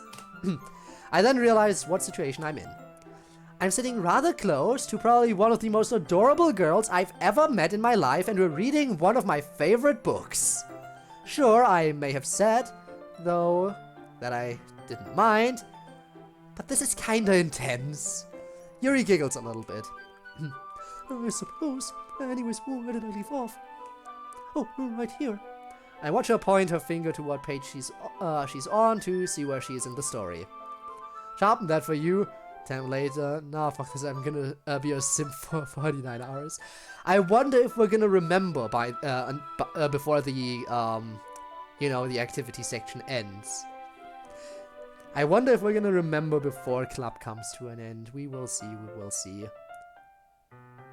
Maybe we will. Maybe we won't. Only time will tell. Ha! Awfully close to the end of page 9, which is where my right hand is. Ah, yes, I remember this part. She might interrupt us, she might not. Don't worry, it gets less and less boring from this point onward. Yuri then looks over to me. I can ever so slightly feel her breath invading the lower half of my face. Boring? I thought you said you liked this book. Ah, jeez, I really need to think of my words better. I do. I'm sorry, I didn't mean to say boring. No, I'm sorry, I probably shouldn't have said that. Also, are you ready? A bunch of everything raced through my head at 1,000,000 miles per hour after she asked that. Ah? On the page. Ah, sorry. That's okay. You're not as used to reading, right? I don't mind being patient if it takes you a bit longer. Oh, you. You're silly. I'm also considerate. You're silly and also considerate at the same time. No need to worry about me. I've read this once or twice before, but I'll still read alongside you. Suddenly I feel I was a little too forward with calling her silly. I hope this doesn't make her mad. Well, if you say so. We continue reading. Every so often I'll point out a certain character in the story and explain to her what kind of role that character plays. Yuri no longer asks me if I'm ready to turn the page. Instead, I just assume that she's finished the page before me, so I turn it by my own volition. We managed to at least get through the first and second chapter. Even so, turning the page like this has an interesting feeling to it. My thumb gently letting go of the page, letting it fly over to her side, and her catching it in return. Good. I'm drawn out of my reading trance and look over to Yuri. Eyes meet for a little bit, and surprisingly enough, this isn't uncomfortable. Yes, Yuri? Do you like animals as well? Oh, right. The theme of this book. I mean, yeah, they're cool. Just gotta go now. I'll watch the rest of the stream when I get home. Ah, I see. Also, thanks for checking in. I really appreciate that. I really do. So far, the mod seems interesting. I'm curious to see where it goes once it starts, differing a little bit more and more from the original game story. And thank you for the follow. I appreciate that as well. Thank you so much. I mean, yeah, they're cool. I'm more of a cat person, to be honest. Very fair. I'm Aleph and I am an idiot. Yeah! Well, that is one introduction. Hello, Aleph. Aleph? Welcome to the stream. How are you? Well then, I hope you like DDLC, because we are playing some DDLC. Specifically, we're playing Our Castle Walls right now, which is interesting. Aleph, right. A little twist at the end.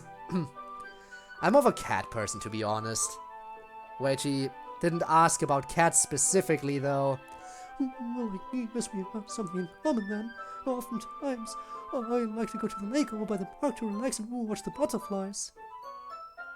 That's what I searched for, of course. Ah, I mean, how else would you land on a DDLC stream if you weren't up for some DDLC? When the elephant in this book went to the lake, it reminded me of one of my special places.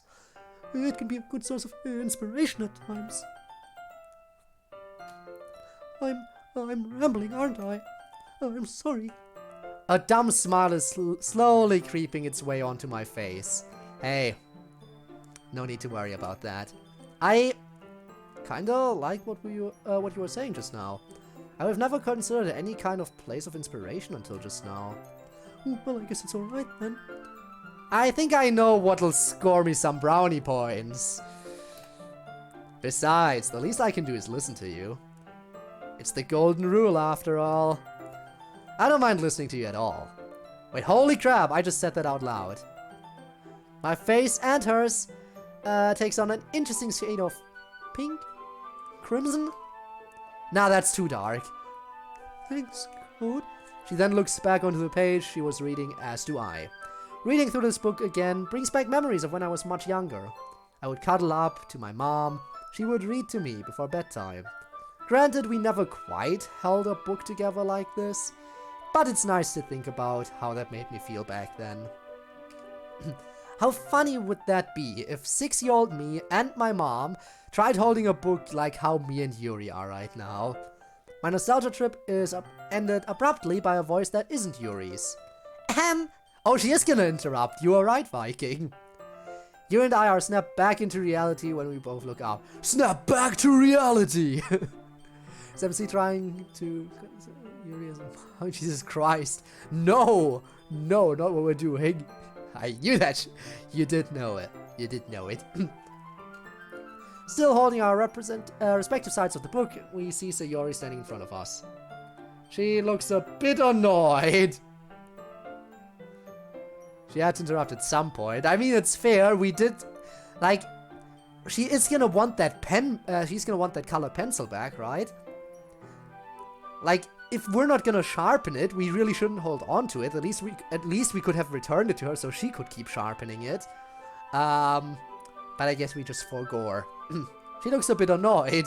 What could she possibly want? Code, I would like my pencil back, please. Oh, Bob Satchet.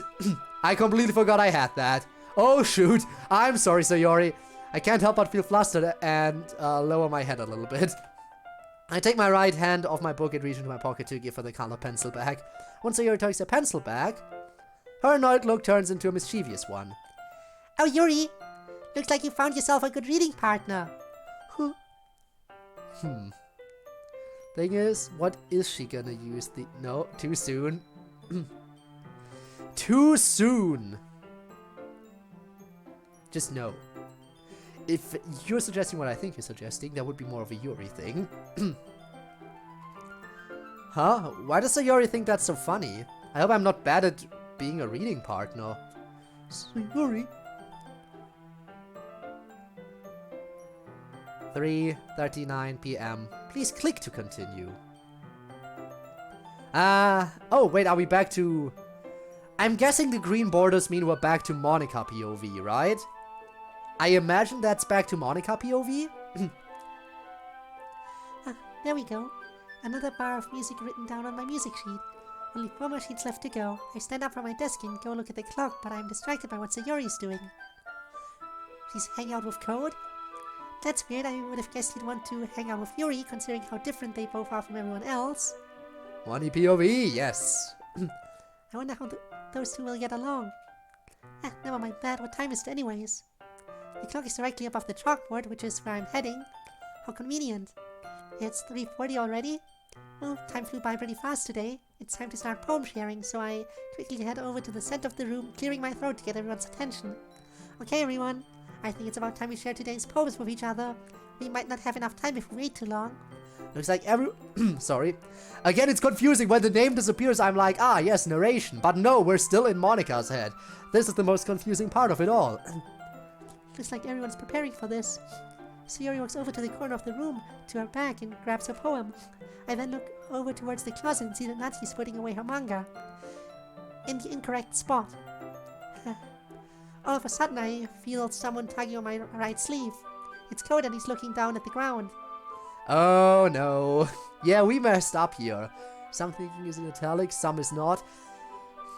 But you always know when they're speaking because of the quotation marks, at least. It's Code and he's looking down at the ground.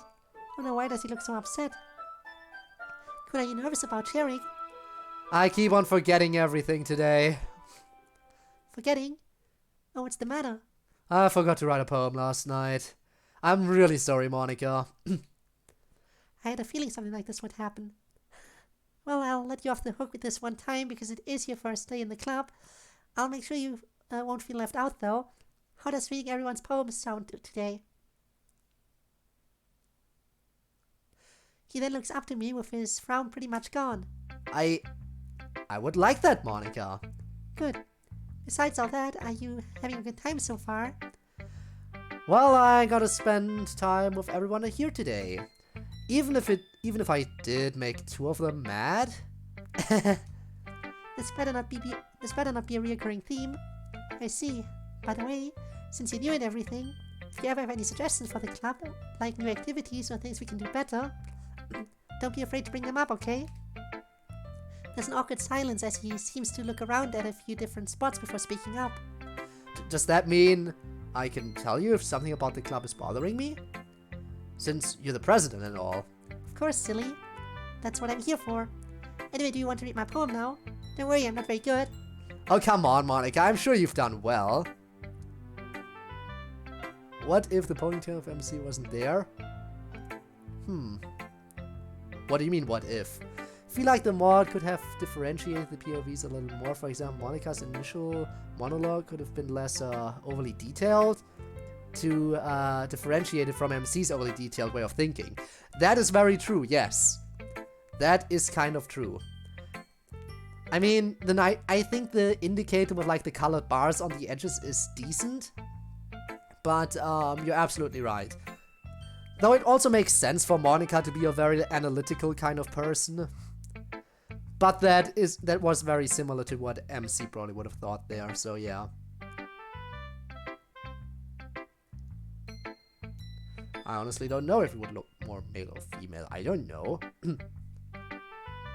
Again, you can kind of tell also by the uniform, just, you know.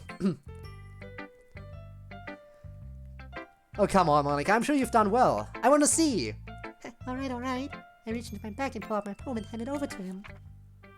Yeah. Oh, we really got new poems. I knew there were going to be new poems. But we're already starting with new stuff. Okay. Reality. Turning like a cog in a machine. As time is a concept, reality can be shaped to what we see. Running like wheels on a track as the passage of time continues. Reality always goes forward, no matter what anyone says. Time as an illusion, as we exist at every possible moment. At the same time, we only see one at a time. Reality can be whatever we want it to be. Reality can be whatever I want. What about rhymes? Damn. Oh my god.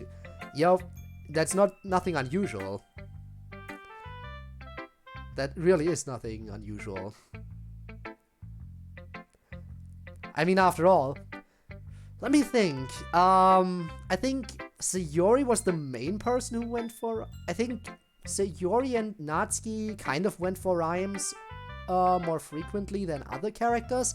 I think Monica and Yuri very rarely rely on rhymes for their poems, if I got that correctly. I don't know definitely that Monica likes to play with the structure the most out of everyone.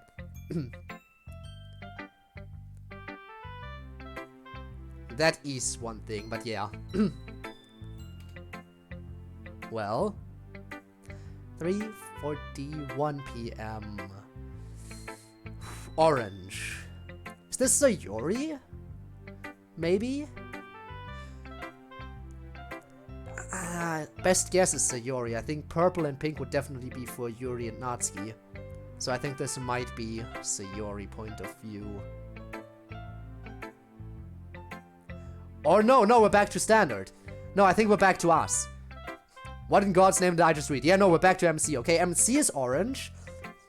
Monica's green, then Sayori's probably blue. Sayori's blue because of eye color. That makes more sense anyway, but I just wasn't sure. So Sayori's blue because eye color. Got it. What in God's name did I just read? This looks like a mental throw up on paper. Yeah, it is back to MC. So what you...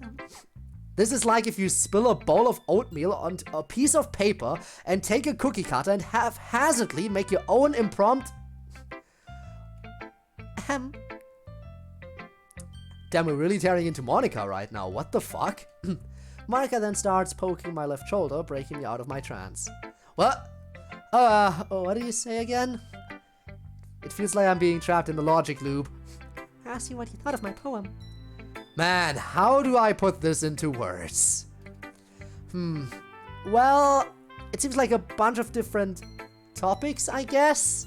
Harsh MC. Man, this MC really can't appreciate the fine arts. Just slapped onto the paper. What's he thinking about food? Isn't there a word for that kind of style? I think that what you're looking for is you're thinking of is freeform. That kind of style has gotten pretty popular nowadays. Freeform? Suddenly I'm picturing Monica dancing like Marge Simpson, and I hate every second of my life right now. That is, a lot of poems have been putting emphasis on the timing between words and lines. When performed out loud, it can be really powerful. I'll have to take your word for that one, Monica. Anyway, here's Monica's writing about the day. Sometimes when you're writing a poem or a story, your brain gets more specific. I'm looking over to Sayori's corner of the club room, where she spent most of her club time. Alright, not listening to Monica's writing advice, really tearing into Monica's writing and just calling it pure absolute shit, basically. We don't like Natsuki. So those are the negative aspects of MC so far. I know it's partially because, you know, attention span and all that kind of stuff. Just not his style of poem, I guess, but he didn't have to insult it that much. Anyway, yeah, looking over to Sayori's corner at the club where she spends most of her club time. Looks like her and Yuri are sharing poems right now. I wonder if reading time between me and Yuri was ever brought up. And also, how the poster Sayori was coloring is coming along. ADHD MC, Basically. How am I gonna explain to them that I forgot to bring a poem? Your hands and just go with the flow. That's my advice for today. Thanks for listening. Because you totally were listening, right? Ah, yes, thanks, Monica. I didn't hear a word she said. Looking around the club room, I see that Sayori and Yuri are still talking. They could possibly be talking about me and Yuri sitting next to each other and reading. But nothing too serious came of that. Wait, if they're busy right now, and I just spoke with Monica, that means we have to share with Natsuki now. Oh dear lord, please help me. Takes a few seconds of standing still, but I gather the courage to walk up to Natsuki, who is still over by the closet. I prepare myself for whatever beatdown she has prepared for me. I did manage to unintentionally make her upset today, so I may as well just get this out of the way. I don't even dare to try and make eye contact with her. Who knows what kind of fire she has stored in there. Hello again. She turns around to look at me and gives me a face that pretty much says, I don't want to put up with your crap right now. Oh great, it's you again. It's okay, just power through it. Well, I may as well tell you right now that I forgot to write a poem for today. I just realized that I have 2 more girls to tell this to. This is gonna feel like a walk of shame. Code, if you're not going to take this club seriously, then go home. I can't help but look down in defeat. She does have a point. I mean, seriously, how about putting some actual effort into this club? This hurts just as much as I thought it would. Also, this isn't going anywhere. Maybe I should apologize for what happened earlier today? Look, Natsuki, I'm sorry I forgot to write something for today. And I also feel a little bad about ruining your manga time today. Her eyes perk up. But then descend back to where they were. Fine, whatever, I guess. It's not like I wanted you to read with me in the first place. What? Anyway, I guess I gotta share my poem now or else Monica will make me. She then forcefully puts a poem in my general direction, in which I carefully take it from her. Lord forbid I rip it and make her even more mad. Once upon a memory. Does a feather remember it was once a bird? Does a book remember it was once a word? Does a pebble remember it was once a stone? Does a piece of paper remember it was once part of a tome? Does a seed remember it was once flower? Does a minute remember it was once part of an hour? Does work remember it was once play? Does night remember it was once day? Does a family remember it was once two? I don't. Gabe! Welcome to the stream! Thank you so much for the raid! How are you? How did the rest of Metal Gear go for you? I hope you were doing well. I was lurking for basically most of Metal Gear until I had to set up my stream. But I hope you had fun. I did notice the bunch of deaths earlier on, but I think you got better at it. Gave the nightmare my secret boss in Nevada. What? Just keeps getting better, I can imagine. But welcome to our castle walls, where we are currently playing as a very special boy. So far, points that we aren't too happy about. MC seems to basically hate Natsuki. He already made Sayori mad once today.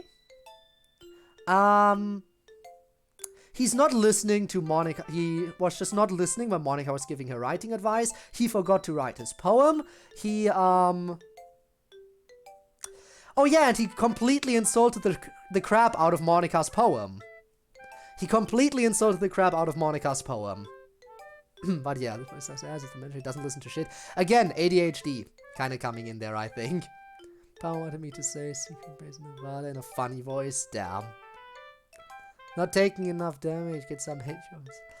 I don't blame him for hating Nazi. Nazi's a piece of shit. Wow, how dare you insult Best Girl in front of me? Yeah, and is addicted to looking at what Sayori's doing. He is kind of obsessed with Yuri, yes. Nah, I don't think he should just die. He is still a nice character. He just has his big flaws, admittedly, relatively big flaws in our opinion. But he's still doing, you know, okay for himself. Again, he is not a flawless, perfect human being. Oof, that last line though. Wait, what? I like this. Redeem yourself, MC. Let's do this. Redeem yourself. Seriously. Oh my god, he's redeeming himself, guys. Everything was sounding very promising, but then that last part comes in and stomach punches you out of nowhere. He knows just what this is about. Yes. Oh my god. Friendship restored. Good work. Well, thanks, I guess. Everyone in high school stereotypes writing to be all sophisticated and stuff, so people usually don't take my writing seriously. Well, sucks to be them. I can't believe you managed something like this with such few words. Good stuff, bro. Wait, I'm starting to sound like a kiss-ass girl right now. Kick-ass right now. Where did that girl come from? I'm starting to sound like a kiss-ass right now. I cannot read. Maybe I should calm down a bit. Right. I like it when it's easy to read, but it hits you hard like in this poem. Everyone from DDLC should be empty vessel for the player. They like what you like. Basically. Seeing everyone around you be part of bigger things feels really bad at times, so I decided to write about it. Ah, people have often told me that writing about how you feel can be really effective. Wait, maybe I shouldn't interrupt her like that. But the other nice thing about simple writing is that the wordplay is much more important. Like, I set up for a rhyme at the end, but then made it fall flat on purpose. It helps bring out the feeling in the last line, and you're living proof of that. I guess so. MC is like the one from the cool mod you played before. Have a personality and stuff. The cool mod I played before, so you mean like club meetings, right? Yeah. Where he's his own character, yeah, that's club meetings. And yeah, I like MC in club meetings. He's a really nice addition. I like that he's his own character. I really like him. My boy, my bro. I mean MCs in general too. Yeah, MC, like, main characters are allowed to have a character, and main characters are allowed to have flaws and not just be a self-insert. That is a thing that is allowed, and that I feel like isn't done enough sometimes. Could actually write your own poems. That would be interesting. I guess so. I find myself bringing my left hand back to the back of my head again. It's something I subconsciously do when people direct anything to me. Wait, that doesn't sound right. Insinuate? Ah, forget it. It means to be a pro. I'm glad you learned something. Didn't expect that from the youngest one here, did you? Yeah, suppose not. Good to know I'm not the youngest one here. Also, it seems like Natsuki is feeling better. Thank goodness. Thanks for showing me your work. I then nod at her and start looking around the room. Visual novel, it's probably better to have the MC that likes what you like and stuff, so an empty vessel. Depends. Like, take games like Danganronpa doesn't really have clean slate MCs fully either. Like, even in Danganronpa, the main character has their own struggle where you sometimes you might even yell at the main character like, why won't you let me do this and stuff, you know? So having a non-empty slate like in a visual novel, it makes sense too. Depends on the kind of visual novel, I guess. Depends on the type of visual novel. It's called paper, like pencil, pen, eraser. Damn, yeah, that is, yeah. Nice joke. Anyway, Gabe, see you around. See you around, Gabe. I mean, in only visual novels, if it has an anime, it's good. The MC has his own character. Dude, the Danganronpa anime came out way after the original game. Like, Danganronpa only got its anime original story after 3 games. That note, I gotta go, but enjoy the mod. I will, and thanks for checking in. I appreciate it. But yeah, Danganronpa had the first game, the second game, then Ultra Despair Girls, then came the anime, and then Danganronpa V3. That's how it was. I don't know, the anime adaptation of the first game might have come out at some point in between there. Like before the rest of the anime, like before the anime original story. But it was definitely first game, second game, spin-off game, anime, and then V3. It all started with the games. And that's what makes them so amazing. Oh, thank you for the headpads. And now the 6-hour speeches. Right. We want to make progress after all. I wonder what Yuri is up to.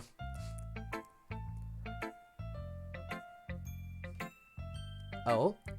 The anime version doesn't like the second game? What do you mean? By that logic, you could say, it doesn't like the spin-off or V3 either. Like, Danganronpa 1 was the only one of the games that got an anime adaptation. Danganronpa 2 didn't get one, Ultra Despair Girls didn't get one, and V3 didn't get one. So you can't just say it doesn't like the second game. It was just like, yeah. But I have to say, again, anime adaptation of the first game, really disappointing. The game is so much better than the anime. Probably because they had to cut so much content to fit it into a 10-episode anime. You have a lot of characters and show yourself as a visual novel where you can choose, then having an MC that isn't their own character is better. Yeah, I guess. Anyway, right. Yeah, 6-hour speeches, I know, I'm sorry. Oh. Looks like she's hanging out with Monica right now. That's fine, there's nothing wrong with that. Speech of a game I don't know. Yeah, no, I'm sorry. Eventually every possible scenario will have an anime about it. In the future. All content will just be AI generated. Yes. And then everything will have an anime adaptation. And I need to stop going on tangents! But chat won't allow me. Chat is using their special attack. Distract! Having an MC that says which girl's voice he likes, you can't choose anyone is a bit stupid. Yeah, okay, in a dating game, in a dating visual novel where you can choose who you want to... Okay, I'm continuing, but yeah, dating visual novel where you can choose a character definitely makes sense that the MC doesn't have anything. That's fine, there's nothing wrong with that. There is a V3 anime and 2.5. There is not a V3 anime. Okay, final discussion here. Neon, I implore you to look at my Danganronpa presentation that I made a while ago. But no, the order is Danganronpa 1, the order in which you should go through it. Danganronpa 1, Danganronpa 2, Ultra Despair Girls, then Danganronpa 3, the anime, where you alternate episodes between the Future and Despair arc. Then finish it off with the Hope arc, then you can watch 2.5, and then you can go into V3. Because Danganronpa V3 is different from Danganronpa 3. Danganronpa 3 is the anime exclusive storyline, and V3 is its own entirely new storyline that takes place way after. Because, and Neon, I hate to say this, if I go Okay, fine. I'll just say it right now. One final thing that I will say, which is a spoiler, so listen away if you don't like it. V3, actually, the V is actually a Roman numeral. It's 5. Danganronpa V3 is actually Danganronpa 53. So it's different from Danganronpa 3. Danganronpa 3 and Danganronpa 53 are two very different storylines. Anyway, that's fine, there's nothing wrong with that. My vision then averts away from Monica, Yuri, and they land on Sayori. I never said there was an anime for the second game. That's literally what I said. That the first one is the only game with an anime adaptation. Perfect FNF cover idea? Oh no. Better fucking continue. Okay, right. I will ignore chat for a bit now. My vision averts away from Monica and Yuri, and they land on Sayori, who also seems to be looking around. I may as well then. With that, I proceed to walk over to her, fidgeting my hands to keep me sane. Hey Sayori. I hope she isn't too upset from earlier. Oh, hey, Code. She sounds a bit monotone right now. I bet you any money she's still annoyed. Look, Sayori, sorry about earlier today, I simply forgot. I also forgot to bring in a poem today. I end up looking slightly down out of defeat for the second time today. Any money? Any money. Third, maybe? She then proceeds to pat me on the head. Head pats! Yes! Wait, what? Why? Stop worrying, Code. We all make mistakes. How do you forget to write a poem? Give me Mr. Beast amount of money, okay. If I had it, I would. Did you stay up all night watching anime? No, I swear. I try looking directly at her for a bit. But I end up with an averted gaze after about a second or two. Don't sweat it, Code. Are you enjoying your time in the club? Why is she asking me this? Oh, right, she said she's the vice president. Besides what happened earlier, I'd say I'm having a decent time. Well, that's good. A much brighter Sayori. This is more like it. And for school, then do some light exercise. There's dumbbells. Okay, you do that. You do exercise. Go for it. Now then, you'll read my poem, right? Don't worry, I'm really bad at this. I'm confused. Why would she say that? Of course I'll read it. Monica said something similar today, though. Looks like Sayori's smile has vanished. Monica said what? I don't feel like explaining this right now. Never mind. Let's see what I'm getting myself into.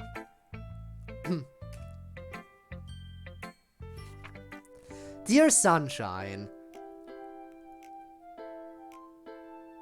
Is this the same or is it slightly different? The way you glow through my blinds in the morning, it makes me feel like you miss me, kissing my forehead to help me out of bed, making me rub the sleepy from my eyes. Are you asking me to come out and play? Are you trusting me to wish away a rainy day? I look above, the sky is blue. It's a secret, but I trust you too. If it wasn't for you, I could sleep forever, but I'm not mad. I want breakfast. This is the exact same poem. It is just the exact same one. Girls are all jerks, MC is a jerk, or MC and the girls are all jerks, except for one girl that turns out to be the main focus of the story. Is that it? Is that how it works? I don't know. Also, spin a nice anime reference there. Can't help but smile at the end of Sayori's poem. Good job, Sayori, I like this. This almost reminded me of what Natsuki showed me earlier today. What?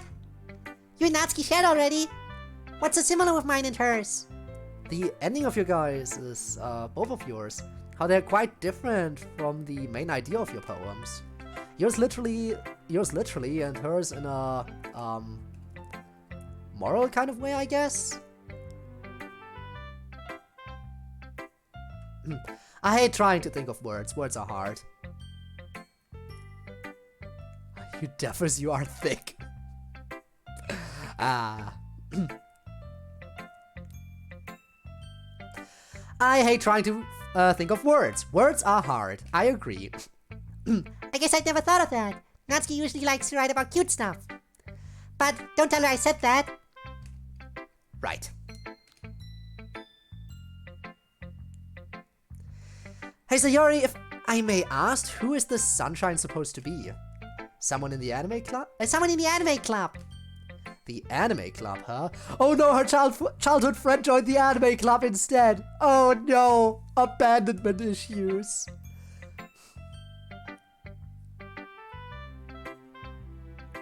Him with a frying pan that is already in the oven temperatures. Why this time? What did he do this time? I wonder why he isn't part of this club. Pout. I tried telling him about it, but he said he wasn't interested. Suddenly a light bulb clicks on in my head. Oh, I know! Why don't you show him the poem you wrote? I'm certain he'll like it. The face she's making looks like a billion more light bulbs just clicked on in her head than mine. That's a great idea. Thanks, Code. Glad I could help. I'll see you around. Oh my god, no, I just had a horrible thought. Wallace uses the standard, like older MC sprites, right? What if her childhood friend is Wallace? Oh no. Oh no, what if we just inadvertently caused another run-in with Wallace? Oh no, no, no, no, no, no. Please don't. Please don't tell me we just doomed ourselves. If Wallace joins this club, I'm gonna be very upset. Words ain't that hard. What the fuck? Besides, he's still ignoring Nazi. Yeah, no, no, no, indeed. Hell fucking nah. We'll see how it plays out. Maybe we won't run into him. We'll see. Who the fuck is Wallace? Wallace is an asshole we met earlier in the stream. He asked us if both of our parents were related before they got married. Hahaha. Anyone who crosses here from school. This is my main language, so I can do many mistakes. Yeah, true. Perfect excuse. If English isn't your native language, then you have perfect excuses for if you mess up. And even better, if other people mess up more than you get to call them stupid. Because they have no reason to mess up if English is their native language. I'll see you around. Which is one of the reasons why I like pointing out when people use the wrong your or their. Just murder Wallace. Yeah! It's that easy. See ya!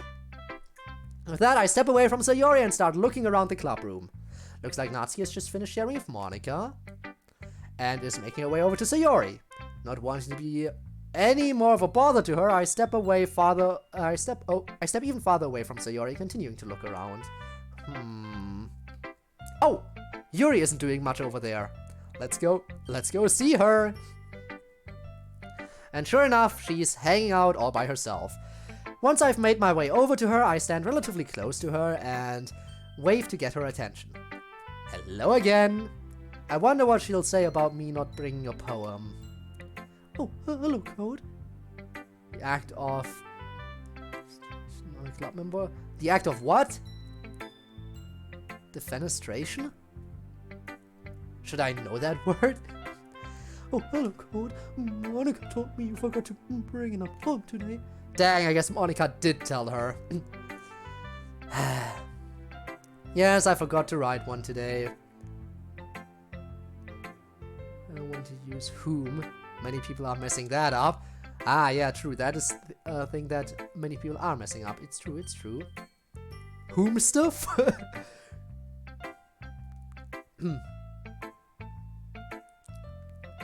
Yes, I forgot to write one yesterday.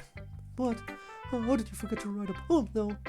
Monica even told us yesterday. My mind is drawing a blank. I just don't know. I tried looking directly at her, but that doesn't last for long. Oh, I understand. That's a shame. I wanted to see how you... Now is not the time for my hearing to go bad. I'm sorry, what is the last part? Nothing.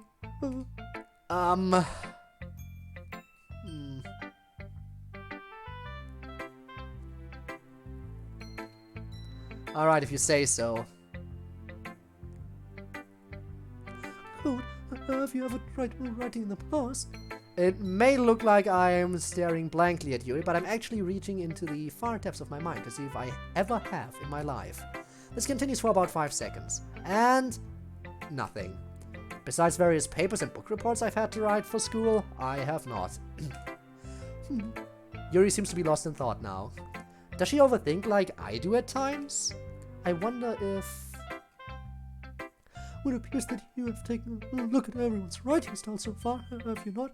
Is there a for the day after tomorrow? Is there a shortening about for the day after tomorrow? Huh?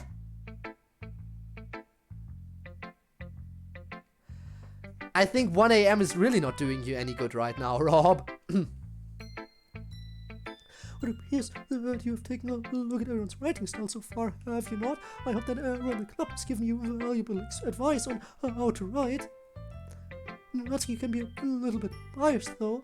Honestly, that sounds about right. Maybe I shouldn't be talking about people like that. Sorry. Look at her, thinking about others. How is this girl accidentally being so cute? Again. Ah, no worries. Is it okay if I read your poem now? That seems to... That seems to have lifted her mood again.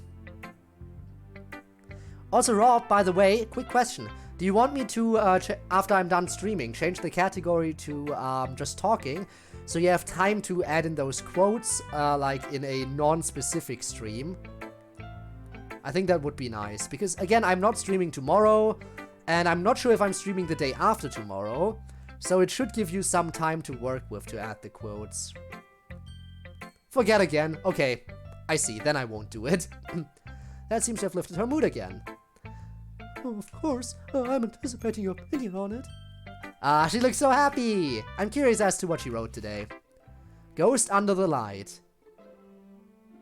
It's the same poem, but they changed Yuri's handwriting. They changed Yuri's handwriting to make it more readable, apparently. Huh. Ghost Under the Light. The tendrils of my hair illuminate beneath the amber glow. Bathing.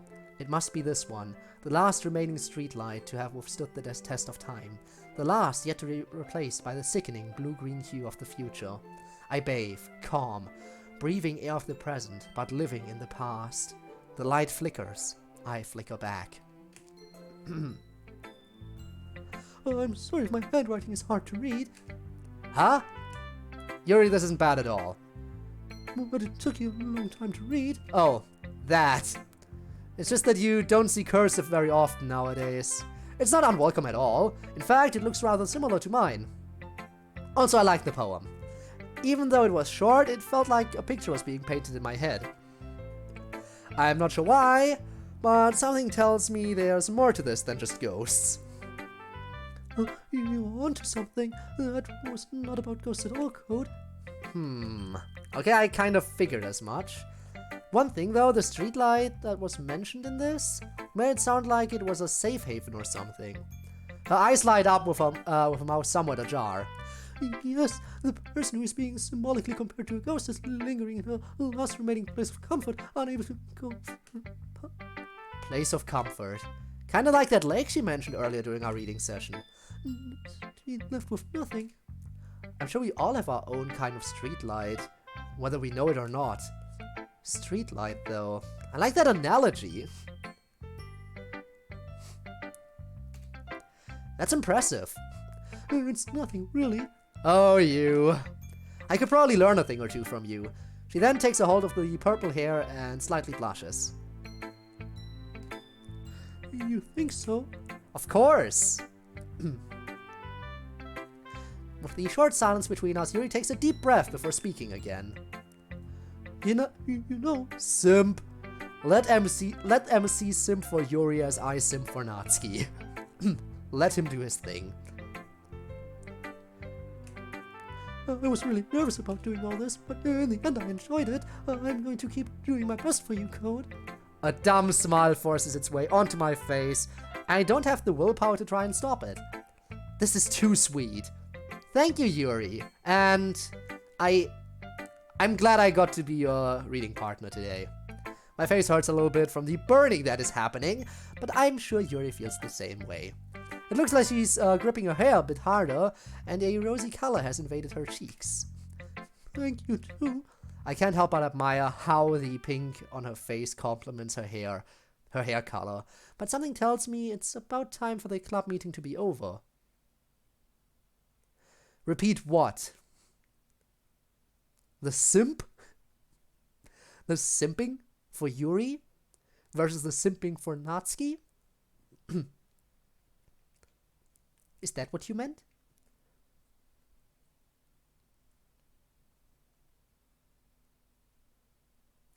Let's let MC, the main character, simp Yuri, the character we're talking to, as hard as I simp Natsuki, the pink-haired one. There.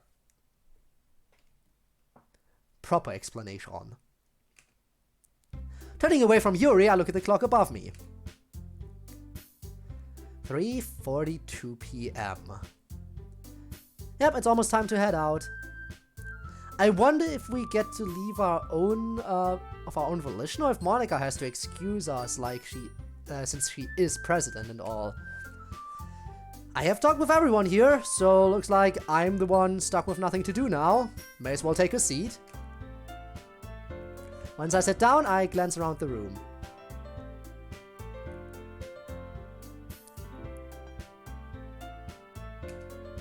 To my left, I see Sayori and Monica happily chatting. My eyes land on Yuri and Natsuki, to my right. Looks like they're sharing poems right now. Yuri appears to still be in a good mood, while Natsuki's face shows frustration? Maybe it's best if I don't stare at them. That's something my mom always got at me about.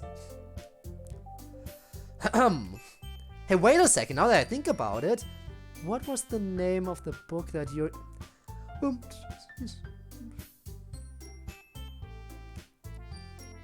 Wait, huh? What about something?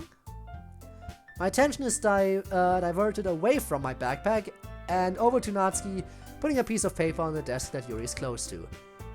It's only okay, seems pretty fancy.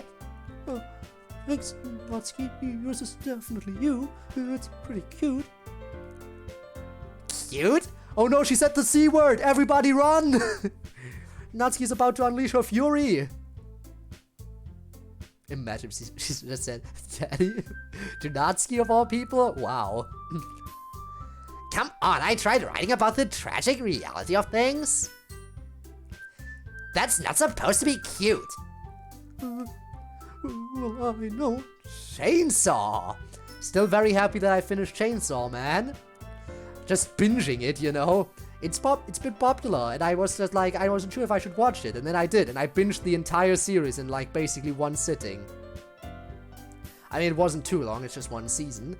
And then Spinne, like 2 days after I finished it, when I created the loot channel on the Discord, immediately dropped a Chainsaw Man image in there. How nice. Ain't that something? Ah, Gabe, I'm not gonna try to pronounce that word, but that is the fear of long words, isn't it? That is the irrational fear of long words, if I'm not mistaken.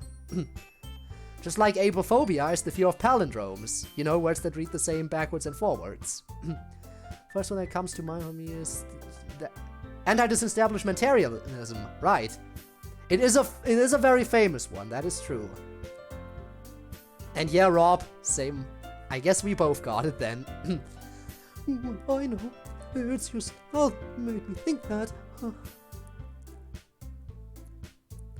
I just felt like saying something nice about it, that's all.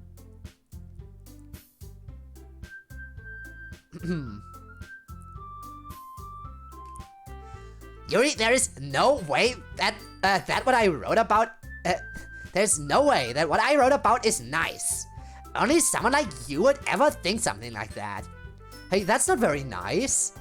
Natsuki, please, you know that's not true. Nuh-uh-uh. I don't want to hear what comes out of your mouth next. You'll probably find something messed up and sugarcoat it as being nice or elegant or whatever. Sugarcoat? Says the one whose style does just that. Well, at least I don't overdo it like a certain someone here does. Have you looked at all but 2 lines of what you wrote? Besides, I spent a long time figuring out my writing style. Don't we know it? Natsuki then stands up from her desk and forcefully takes Yuri's poem in her hands, causing one of the corners to tear a little bit. Don't you think it's a bit inconsiderate to bring someone like this in? Not everyone here has a galaxy brain like you know. Are you freaking kidding me, bro? Oh gee, thanks for the compliment, Brad. That is a new pose on Yuri. That is absolutely new for Yuri. Oh shit. She's about to sass Natsuki like hell. Brain dies when I try to read the word for fear of long words. Maybe you have it. Anti-terrorism stood against the disestablishment of the church in England. Yeah, okay. We don't need to get the explanation. But it's there for those who want to read it. Oh, gee, thanks for the compliment, Brad. It's not my problem. My writing style is too much for someone of your shoe-sized age to comprehend. Hey, whoa! Off your high horse, miss. It's gonna be your problem if you keep this up. Nobody likes a show off anyways. Show off? No, I'm not. Alright, I've seen this kind of behavior before in my life, and I know it leads to nowhere good. It's time to do something about this. With that, I stand up from my chair and look around the room. Monica and Sayori are watching the fight ensue, both with mouths ajar. I then start my walk over to Yuri and Natsuki, purposefully making my footsteps louder than normal to attempt to make my approach known to them and hopefully catch their attention. I need to remain calm though. I need to keep my tone of voice in check. I don't even know what that word was would even be what that would even supposed to be.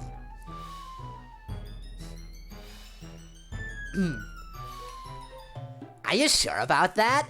Looked like you were trying to impress the new guy, weren't you? No, I wasn't. Don't BS me. You were super excited to make tea for us when I couldn't bring in cupcakes. Fictional meal mentioned in a comedy. Okay, that is a long thing though. Oh, what's that supposed to mean? That is also a sprite we have not seen on her. In fact, I think we have seen that arm position mostly on Natsuki before. Wow, Yuri, you're copying Natsuki's moves now.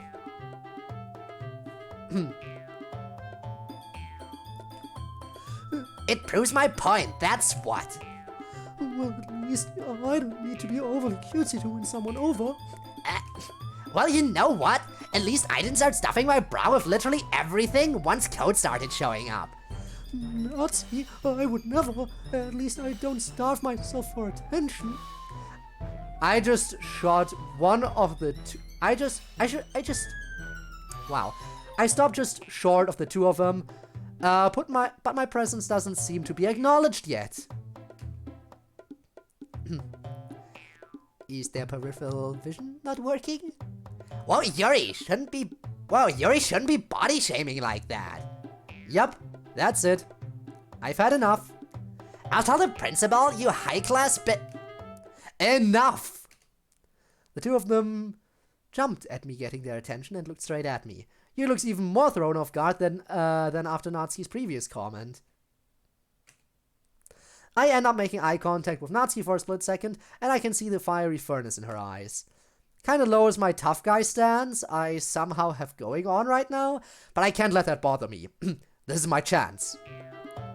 What is wrong with you two? You're making the three of us uncomfortable over here. I made sure to have my eyes locked on Natsuki the whole time to make it feel like I was mainly directing it towards her. She shouldn't be saying stuff like this at all. You shouldn't be saying stuff like that all nonchalant and whatnot. Even my mom taught me to be better than that. My eyes quickly avert over to Yuri for a split second. I take advantage of the moment to lock eyes with her, as I never really chose to at all today. And Yuri, I don't think my mind could bear to handle the thought of you acting overly cutesy. Alright, back to looking at Natsuki's general direction. And also, you're definitely not being cute with all the things you've said. That's not how friends speak to each other. Also, poems shouldn't be something to try to win over or impress people. And who are you to speak? You didn't even bring one in today. For the time that I'm struck silent, I can hear how uncomfortably quiet the room is. Damn.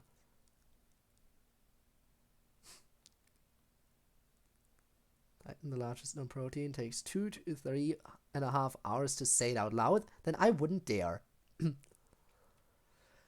I don't dare to try to imagine what kind of faces Monica and Sayori are making right now. I shouldn't let the silence distract or bother me. I'm not done yet. That's besides the point. Look, Natsuki, I liked your poem. You did a good job at making me feel things. And Yuri, she just stands there, shook by my sudden burst of confidence. I think I may have scared the poor girl. Maybe I should tone it down a tiny bit. Well, you've done well today as well. I don't know how else to say this, but I feel like your writing was able to create scenery in my head. Very descriptive. So please, don't be so mean to each other just because you have different opinions.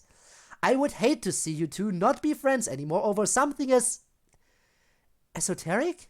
No, trivial as this? It is right then and there that I feel someone poking my left shoulder, breaking me out of my trance. It's Monica. She doesn't look mad, but not pleased at the same time. Thank you, Coop, but I believe you've said enough today. You can head home now if you'd like. Maybe I did get a little too sidetracked. Now she isn't too upset at me. Alright. I won't do it again. Even if I wanted to. Having brought my head down for a 4th time today, I walk over to where I left my backpack, pick it up, and head towards the exit. I say shit to MC. That was good of him. Yeah, honestly, the fact that he, like, again, as the Yuri simp he is, I feel like he easily could have just taken Yuri's side here. But while he did kind of side with Yuri more than Natsuki, he did definitely defend Natsuki as well, and I think he did decently here. I think so too. Alright. I don't leave the classroom just yet, though. Instead, I peek over at what Monika's doing. Looks like she's talking with Yuri and Natsuki. I make sure to get one last glance of Yuri before I make my trek home. At least I tried. Oh, we're back to Monika. 3:46 p.m.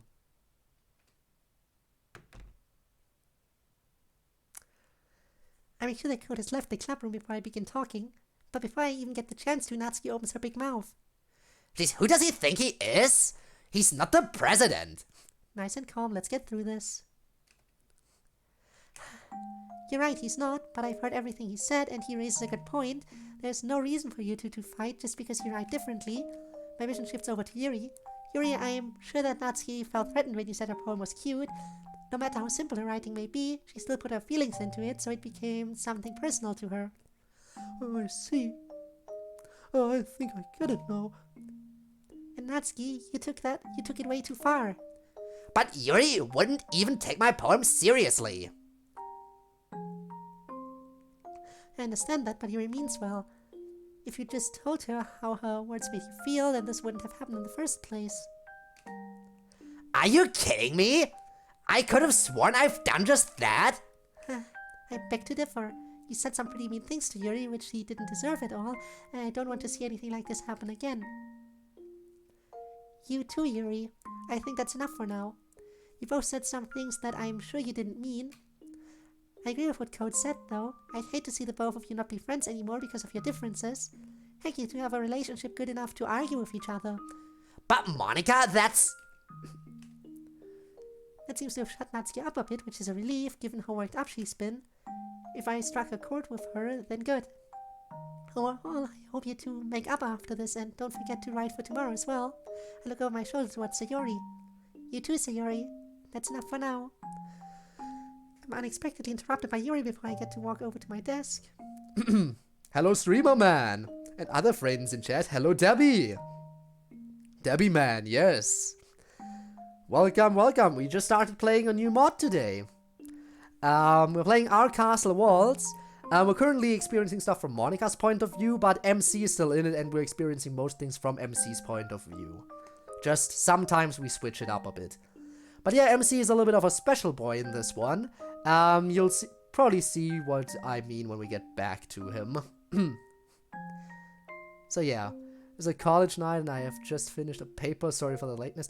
You never need to apologize for the lateness or not being able to attend at all. Like, I'm just happy when people do show up. I never take that kind of stuff for granted, so nobody ever needs to apologize for not being there.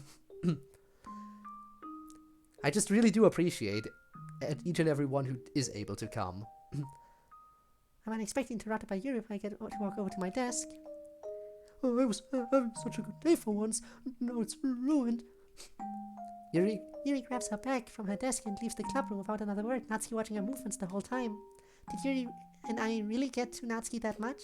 Either way, time to grab my sheet music from earlier and get out of here. Today was quite the day. least, Natsuki point of view, 3:58 p.m. Oh no, we're switching to Natsuki now for the first time. And yeah, there's the pink. Okay. Let's play countdown. I don't know. Tell me you know every copy of Friday Night Funkin's personalized animation. Nope, I do not. Go to the Rhythm Games channel after the stream. I might have to then. I've been speechless for nearly a minute now. I couldn't help but just sit there and watch as both Sayori and Yuri left the classroom. What Monica said earlier has been imprinted in my mind. A relationship good enough to argue with each other? What's that even supposed to mean? I also remember what else Monica said a little bit ago. If you just told her how her words made you feel. I should probably talk with her. Things are going actually well for once in my life and I don't want to mess this up. Hastily walking over to the closet, I grab my backpack. Monica and I leave the club room at the same time, but walk in different directions. I have to find Yuri. After about a minute of running, I managed to catch up with her outside the school grounds. We live awfully close to each other, so it's no surprise she'd walk the same way I do. Once I'm beside her, I poke her arm to try and get her attention. Hey, Yuri. She jumps at my words and stops walking. Then looks over to me with a somber face. Her face is a bit red, as if she just got done crying, which makes me feel even worse. She doesn't say anything either, so I expected this from her. Before I get the chance to say what I want to say to her, she looks away from me and continues walking to what I'm assuming is her place. Oh great. May as well walk with her then, if that's how she's gonna be. I roll my eyes at the thought before I muster up my apology. Look, Yuri, I've done some thinking after what happened today, and as much as I hate to say this, Monica's right, I guess.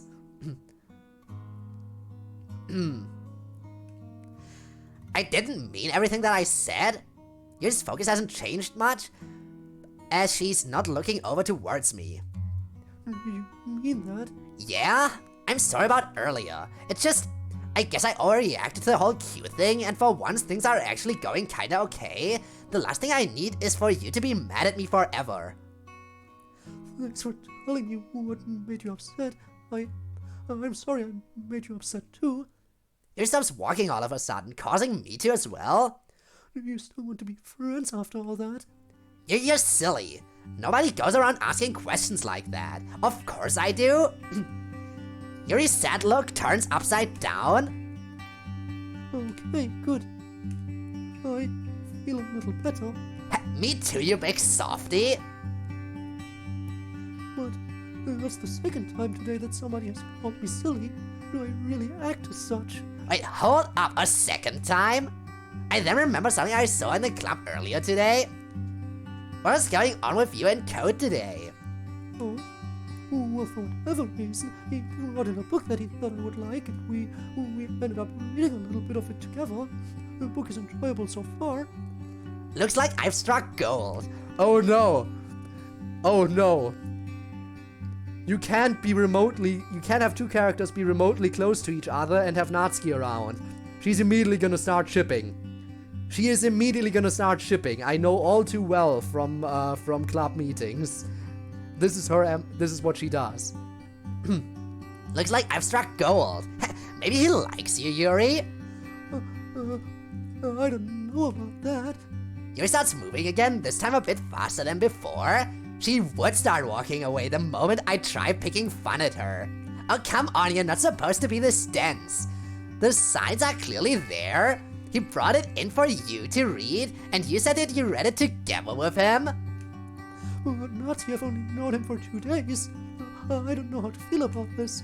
Relax, Yuri. If he ever does anything to you that makes you upset, just let your best bud know and I'll teach him a lesson he'll feel until next century. Did I ever mention how much I like picking on Yuri? She makes it too easy.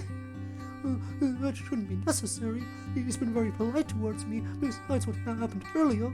Well, that's fine and dandy, but just remember what I said now. The boas approach the park as our conversation comes to an end. This is where we go our separate ways, as we have to walk the opposite way from each other. Hey, Yuri. She looks over to me, expecting more. I cross my arms, trying to hold back my laughter. Have fun with your boyfriend tomorrow. Before I can catch a glimpse of Yuri's reaction, I run off giggling uncontrollably. Oh, that didn't turn out so bad. Time to get home and think about dinner. I should make something special for Dad. He's been improving a lot over the last month. Maybe I should try my hand at homemade pizza dough and sauce tonight. That ought to make him happy. 3:56 p.m. Back to MC. Heading down the hallway towards the stairs, I become lost in thought over all that's happened today. Jesus Christ, what a day. Let's recap what happened. First, Wallace was being a dumb idiot, as always. Classes were boring as hell, like always. Managed to make all four of the girls at the club irritated today. Let's hope I don't have to put like always at the end of that. The weather outside is starting to become more and more chilly. I'm hoping we don't get an early snowfall this year. Autumn is nice. Is a nice time of year for me. It's when the leaves start falling off the trees and the landscapes around here become more beautiful. My walk home continues as normal, shivering every once in a while. Well, I didn't exactly make Yuri mad at me. I got to read with her today, and I told her she could hold on to my book for now. I'd really like to read it again with her, hopefully tomorrow. It was then that I remembered what else happened in the club, the argument between Yuri and Natsuki. Oh yeah, that. Heck man, what was I thinking? I shouldn't have said all that stuff to Yuri. God, I'd be surprised if she still likes me after all this. Likes me. I better apologize to her next time I see her. Natsuki too. But what would have happened had I not said anything? Would things have escalated even more? It's probably best if I don't get the answer to that. What happened today happened, and that's that. After a few minutes, I make my way up to my house and open up the mailbox to see what's inside. 3 envelopes. None of them look like a letter from any kind of anybody. I'll deal with this later. Closing my mailbox, I stash the mail under my left arm and approach my house.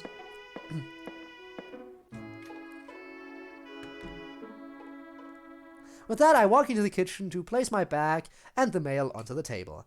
Taking a seat, I lay my head down onto the table and relax for a bit. What should I do first? A whole minute passes and all I've done is stare at the wall and think about what should be done first. Maybe I should get homework. Oh! Change your clothes, you big dummy! Once I'm in my room, I change out of my uniform and get myself into yet another t-shirt and pair of jeans. It's still that time of year where a jacket feels nice, plus I look pretty decent in one, so I throw one on. Consider that two stones with one bird down. I think you're mixing that up a bit. Once I'm back downstairs, I walk into the kitchen and open up the fridge. Scanning its contents, I see nothing readily available to microwave. And I'm feeling a little pressed for time to actually make something. Guess I'm snacking on fruit all day. Grabbing 2 apples from the bottom drawer of the fridge and closing it, I make my way back to the table, unzip my backpack, pull out my orange homework folder.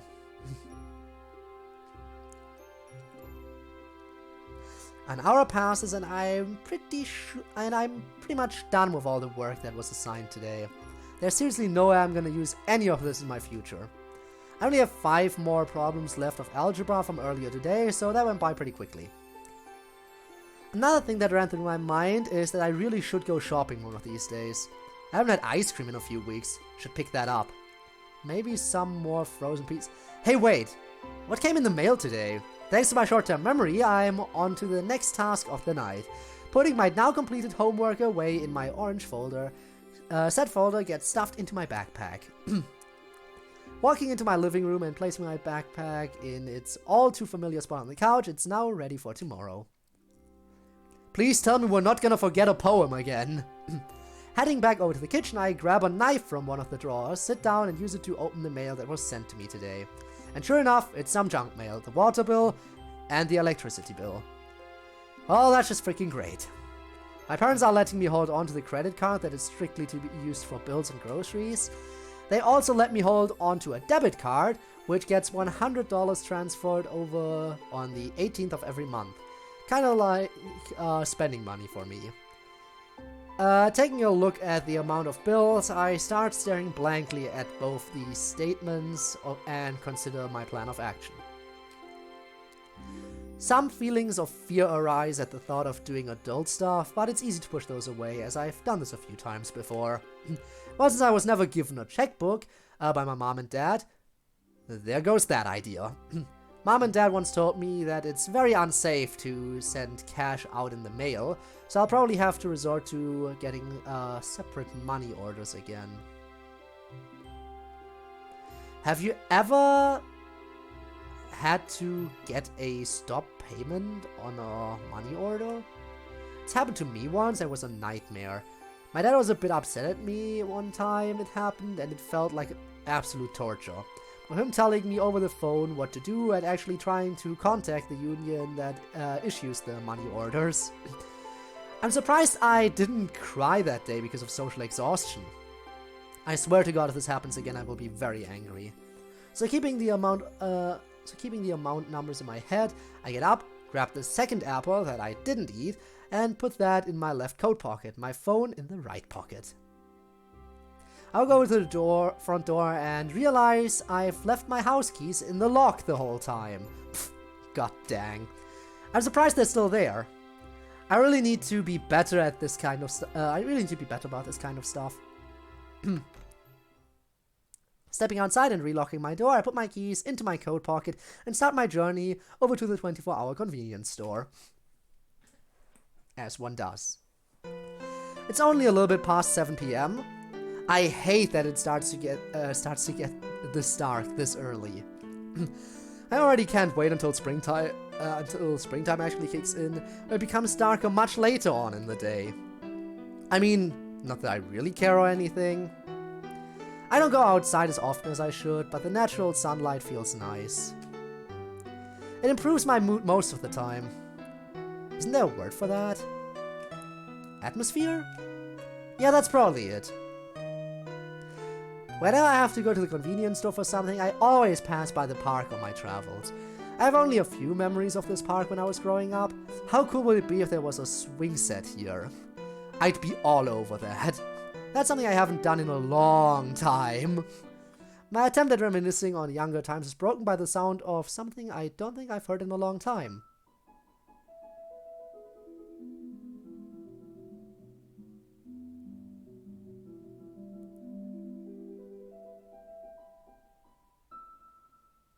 Where's that coming from? Monica, are you there? Is that a harp? Maybe she plays the harp too? What would one of those be doing out here? Maybe there's a building nearby. I don't even know anybody that plays one, but it sounded like it came from the forest in the park. Curiosity getting the better of me, I make my way off the sidewalk and into the park towards the forest. Approaching the forest shows a path that my parents always forbade me from exploring for whatever reason when I was a kid. Maybe they were just concerned for my safety back then. If there's anything that watching Arthur taught me, it's that if all of us did everything our parents told us to, then the rate of discovery would drastically slow down. Alright, enough thinking about Arthur, we must go in deeper. Surprisingly enough, I don't feel scared at all walking down this path at night. The sounds of bugs and crickets at night actually makes for a pleasant atmosphere. Yeah, that's the word. Continuing down the path, the harp I heard earlier makes itself known again.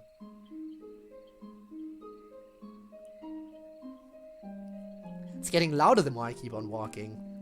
That means I must be getting closer. While I continue walking, I purposefully make sure to keep my footsteps quieter as to not try to draw any attention. After a little bit more sneaking around, the side in front of me puts me in awe. It's a lake. Out here in the outskirts of town. It's a lake! Yuri's safe space! Yuri plays the harp. Of course, it all makes sense now. More importantly, it's not the lake that takes me by surprise. It's who's at the lake playing the harp. Camera pan over, I see a little bit of the harp up there. It's Yuri? That looks a bit small for a harp. Isn't that a lyre? Might be a liar.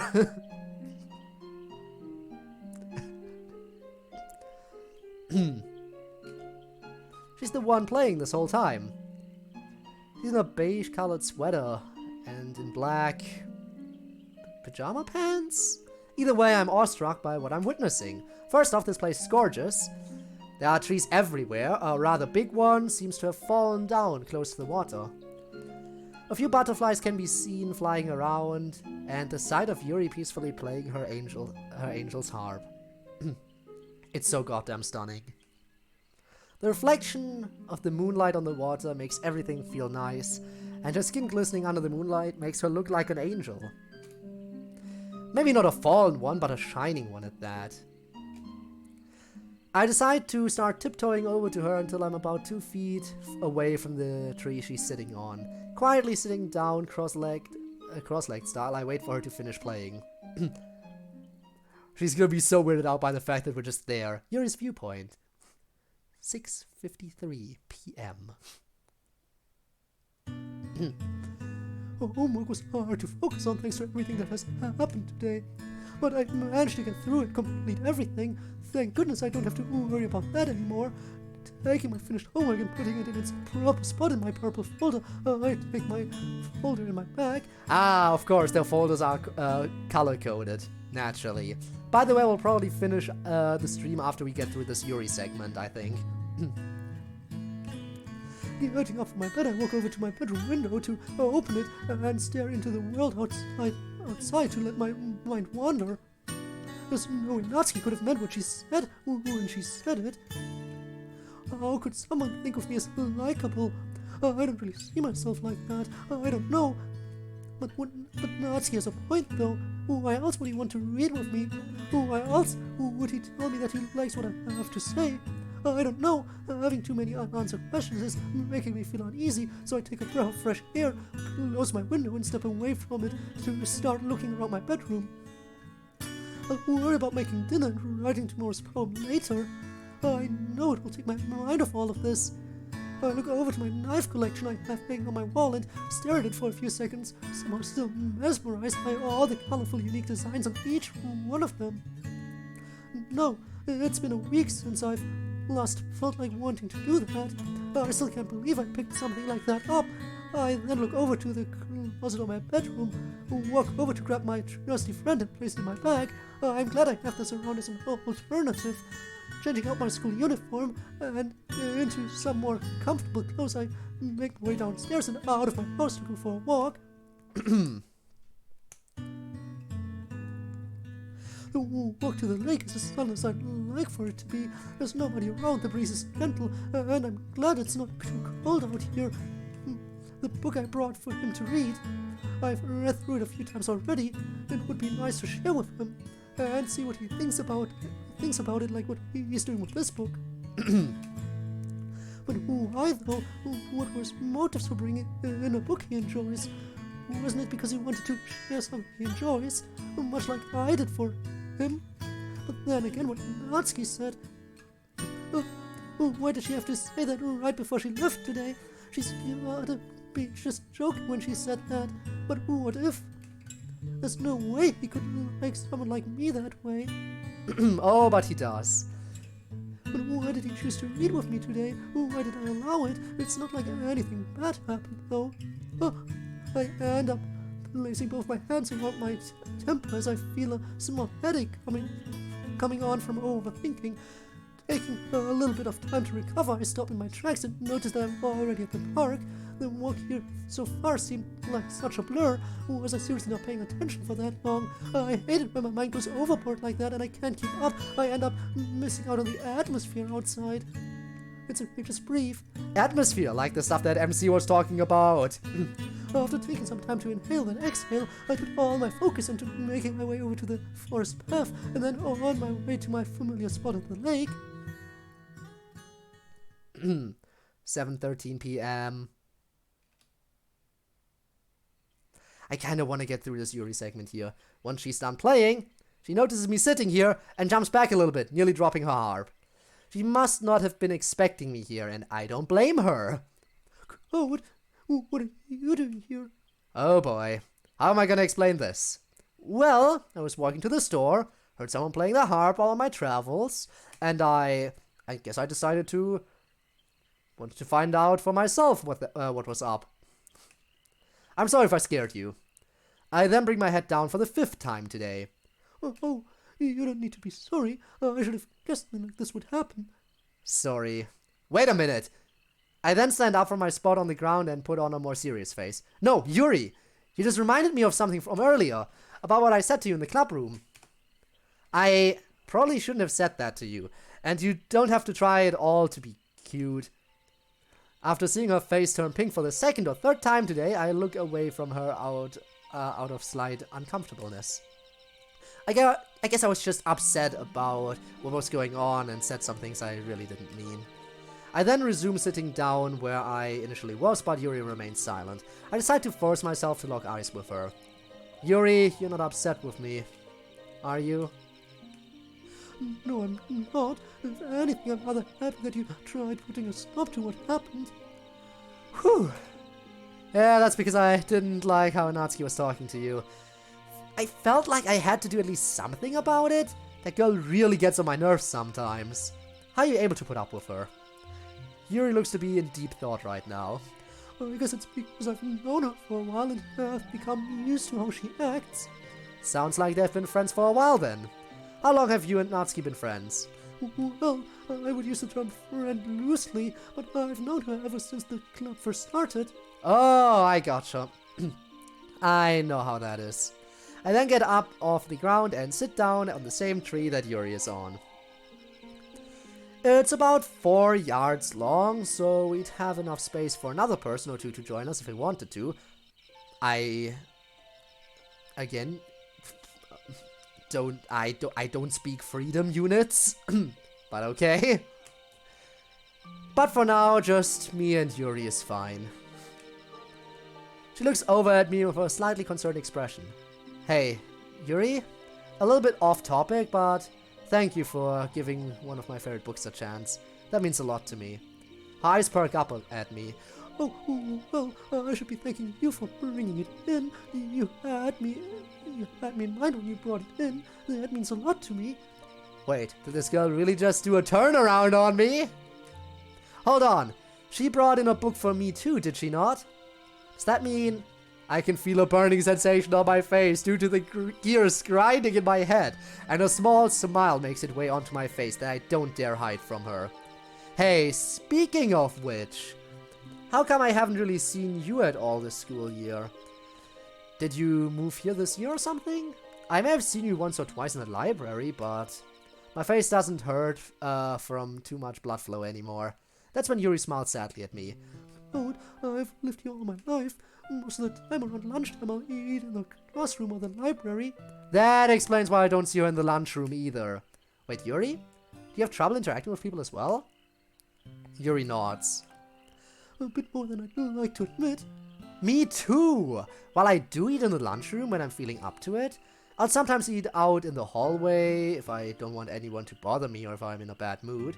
Oh, well, I understand where you're coming from. Oftentimes eating by myself can become a bit lonely. Well, to be able to eat with someone else would be nice every now and then. What's she trying to get at? Someone who won't judge you for wanting to be away from others, I'm guessing. Well, I suppose. Not only that, but someone who can appreciate silence as much as I do. Mind if I join you one of these days, then?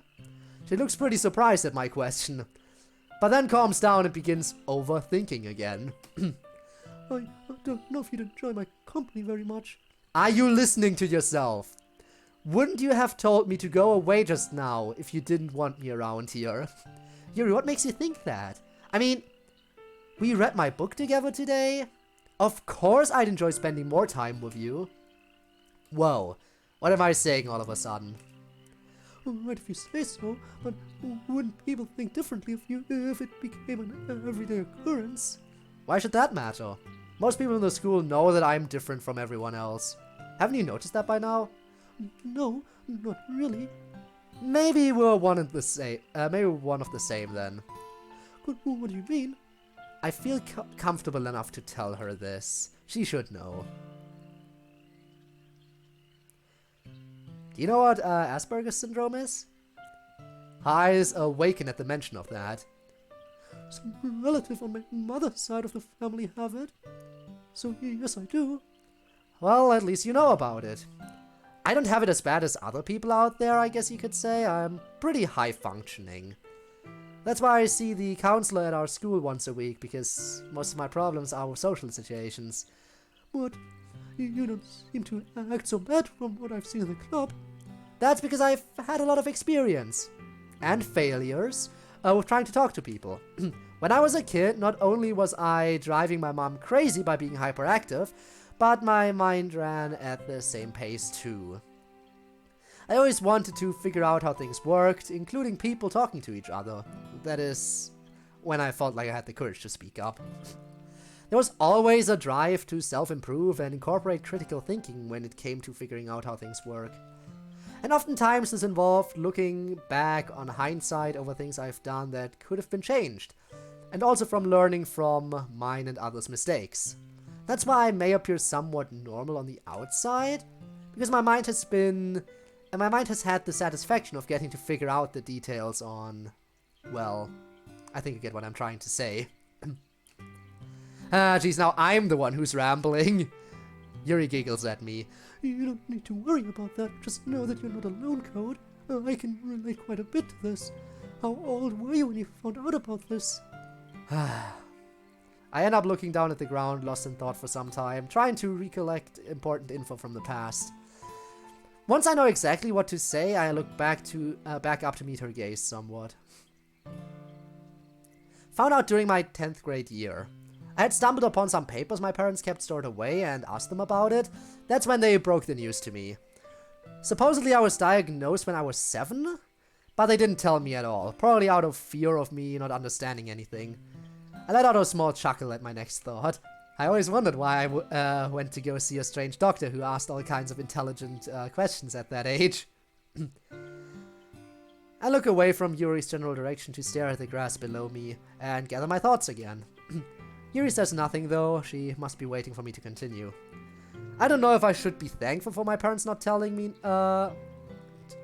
no at such an early age. Letting me know at such an early age. Or betrayed by them for not telling me soon enough. I know that sounds weird, but I just don't know. I end up bringing both my hands to the back of my head and look up into the night sky for a bit. Sometimes it really hurts being different from everyone else. Not being able to get hints that normal people can make. Worrying about people's reactions most of the time. Not wanting to interact with people to avoid unnecessary judgment. I bring my head down and look over at Yuri to meet her gaze. I hope you understand. Code, I mostly feel the same. Sometimes I don't know how to talk to people. Sometimes I don't know how to make people see me as normal. So I think I understand how you feel. Please try not to feel isolated. Oh, no worries there. At least the feeling is mutual. But real talk though, being normal can be really boring at times anyways. Does Monica seem a little too normal? Excuse me? Think about it for a second. Monica's the most popular girl in our school, but she hasn't said much in the club the past 2 days from what I've seen. Besides that though, she just goes and talks to people, nothing holding her back physically or mentally, almost like a robot. Oh shit, you're onto something here. I suppose she does keep herself busy with her schoolwork on the piano, but sometimes has time for her own. Somehow has time for her own club. Yeah, Monica also seems like the type to try to get all A's in school. Maybe she's overworked or something. Wait a minute. Monica plays the piano? She does. Didn't you know? Well, no. I figured she'd play something different. Where's that? Because they named a whole instrument after her. Harmonica. Oh, stop it. Other than that, though, you're right. I don't know how she does it, but whatever floats her boat, I guess. At least she's a good person, though. Unlike some people in our school. If only you knew, MC, if only you knew. Yuri smiles at me. Monica can be a sweetheart, most certainly. But? Although I have heard a few times where she has had to act authoritative and put certain people in their place, namely Kay and Clyde. I'm glad I've never interacted with those two. I've heard stories about how Clyde pushed people into the fountain at the school courtyard and got away with it. That's not cool. I remember hearing about that. That's disgraceful. Disgraceful. Disgusting. Despicable. Nah, I don't think Yuri would get that reference. I don't think I get that reference. I kinda wonder if Monica has ever had to deal with Wallace. Who now? Oh, just some guy in our school. He never really was a problem years before, but he's been picking on various people this year for no explainable reason. I can understand it. What would cause such an unexpected change in attitude? Beats me. There's an awkward silence between us. Maybe I should change the subject. Hey, Yuri? How long have you known Sayori? I've known her probably about as long as I've known Natsuki. Oh, neat. Were you friends with her before Monica started the club? Well, no. Aren't you friends with her? She brought you to the club in the first place. Surprisingly, no. I never was. She's nice and friendly, a people person from what I've seen, but I hadn't really spoken with her much. There's another awkward silence between the two of us, but it's broken when I notice her angel's harp lying on the grass next to her feet. A light bulb in my head clicks on. Oh, hey! How do you learn to play the harp, by the way? Her eyes widen as she reaches down to pick up her harp. Then she returns to her normal sitting position and looks out into the water in front of us.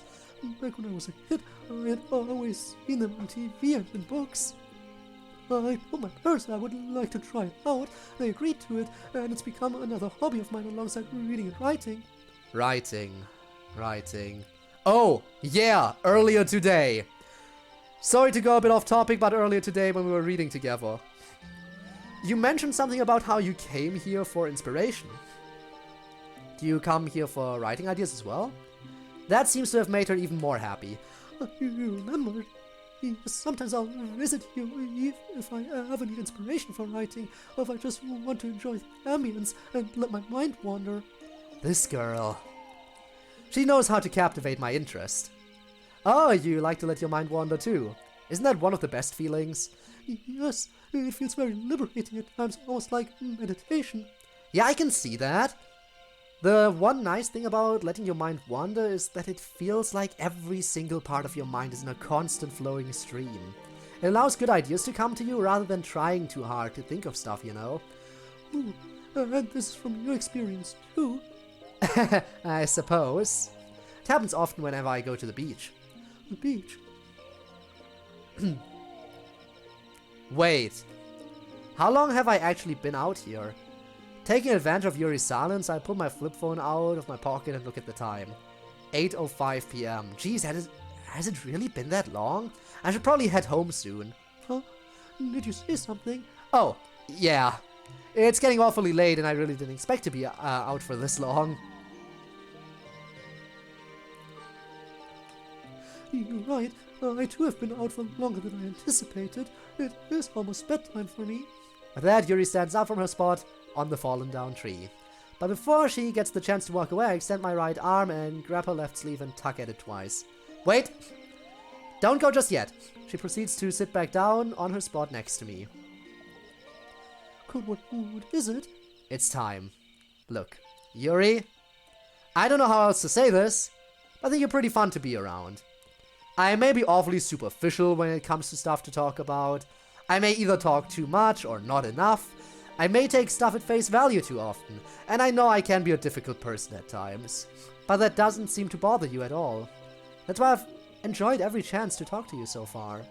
Doesn't matter if the two of us don't appear as much as everybody else. As normal as everybody else. That doesn't matter at all.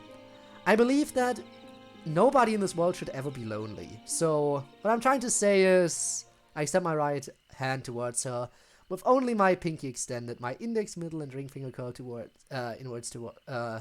inwards my palm, towards my palm. That.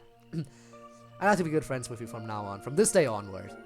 He looks at me with somewhat visible confusion, but seems to get the hint when she smiles and does the same with her right pinky, which then intertwines with each other as she continues to smile warmly at me. This is actually happening right now. This feels nice. Now wait. That's when I bring my thumb up and bring it outwards towards my pinky. We gotta stamp this to make it official. She giggles at me and proceeds to do the same until the faces of our thumbs make contact.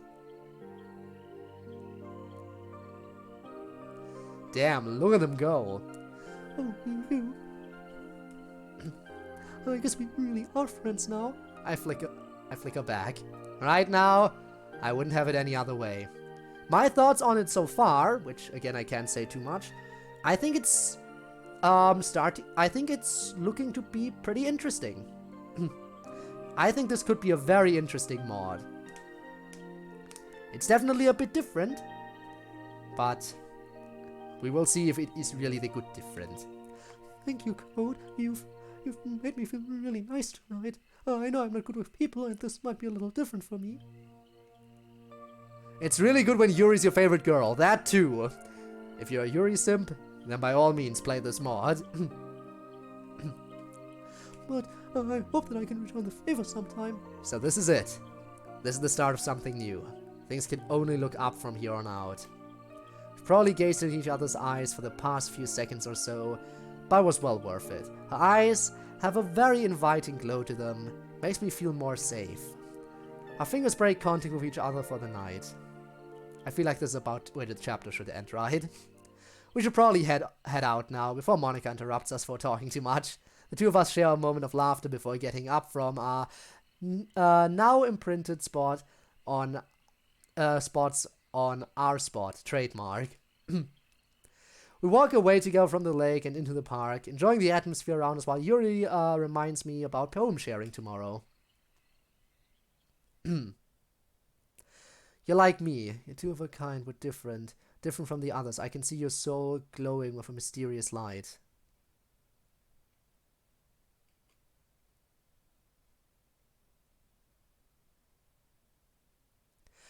Once we both reach the sidewalk, we exchange our farewells and depart from each other for the night. Can't help but watch as Yuri walks to wherever she lives, awestruck by the realization that just occurred to me. I don't mean to stare, but the tendrils of her hair illuminating as she walks under the amber glow of the streetlights. Holy dang! Never in my life would I ever think I'd make friends with a ghost. It's time to go home and write for tomorrow. But we didn't go to the store! We forgot to go to the store, I think, right? Oh no! He forgore! My journey back home was rather uneventful, except for eating the other apple that I brought with me, and also thinking about what to write for tomorrow. Once I arrive at my house, I go through the process of unlocking my front door, entering, and locking. I see my backpack is still in its spot on the couch. That's relieving. I walk into the kitchen only to find both the electricity bill and water bill still on the table. Are you kidding me? God dang it, I forgot all about going to the store. I contemplate walking back to the store, but I'm already back home. It's late, I still have stuff to do before bedtime. Besides, the due date on the bill says I have 5 more days to get this taken care of. This'll give me something to do tomorrow after school as long as I can remember. Just to be safe, I grab both bills from the table, walk over to my backpack, open it and place them inside, and zip it closed. The rest of the night consists of me walking up to my room, sitting down on my desk to attempt to write a poem for tomorrow.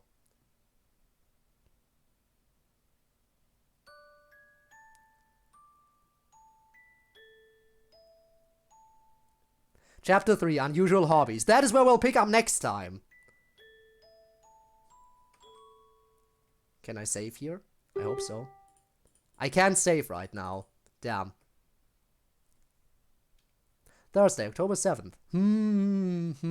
Don't know the time of day. But it's snowing. Let me save real quick.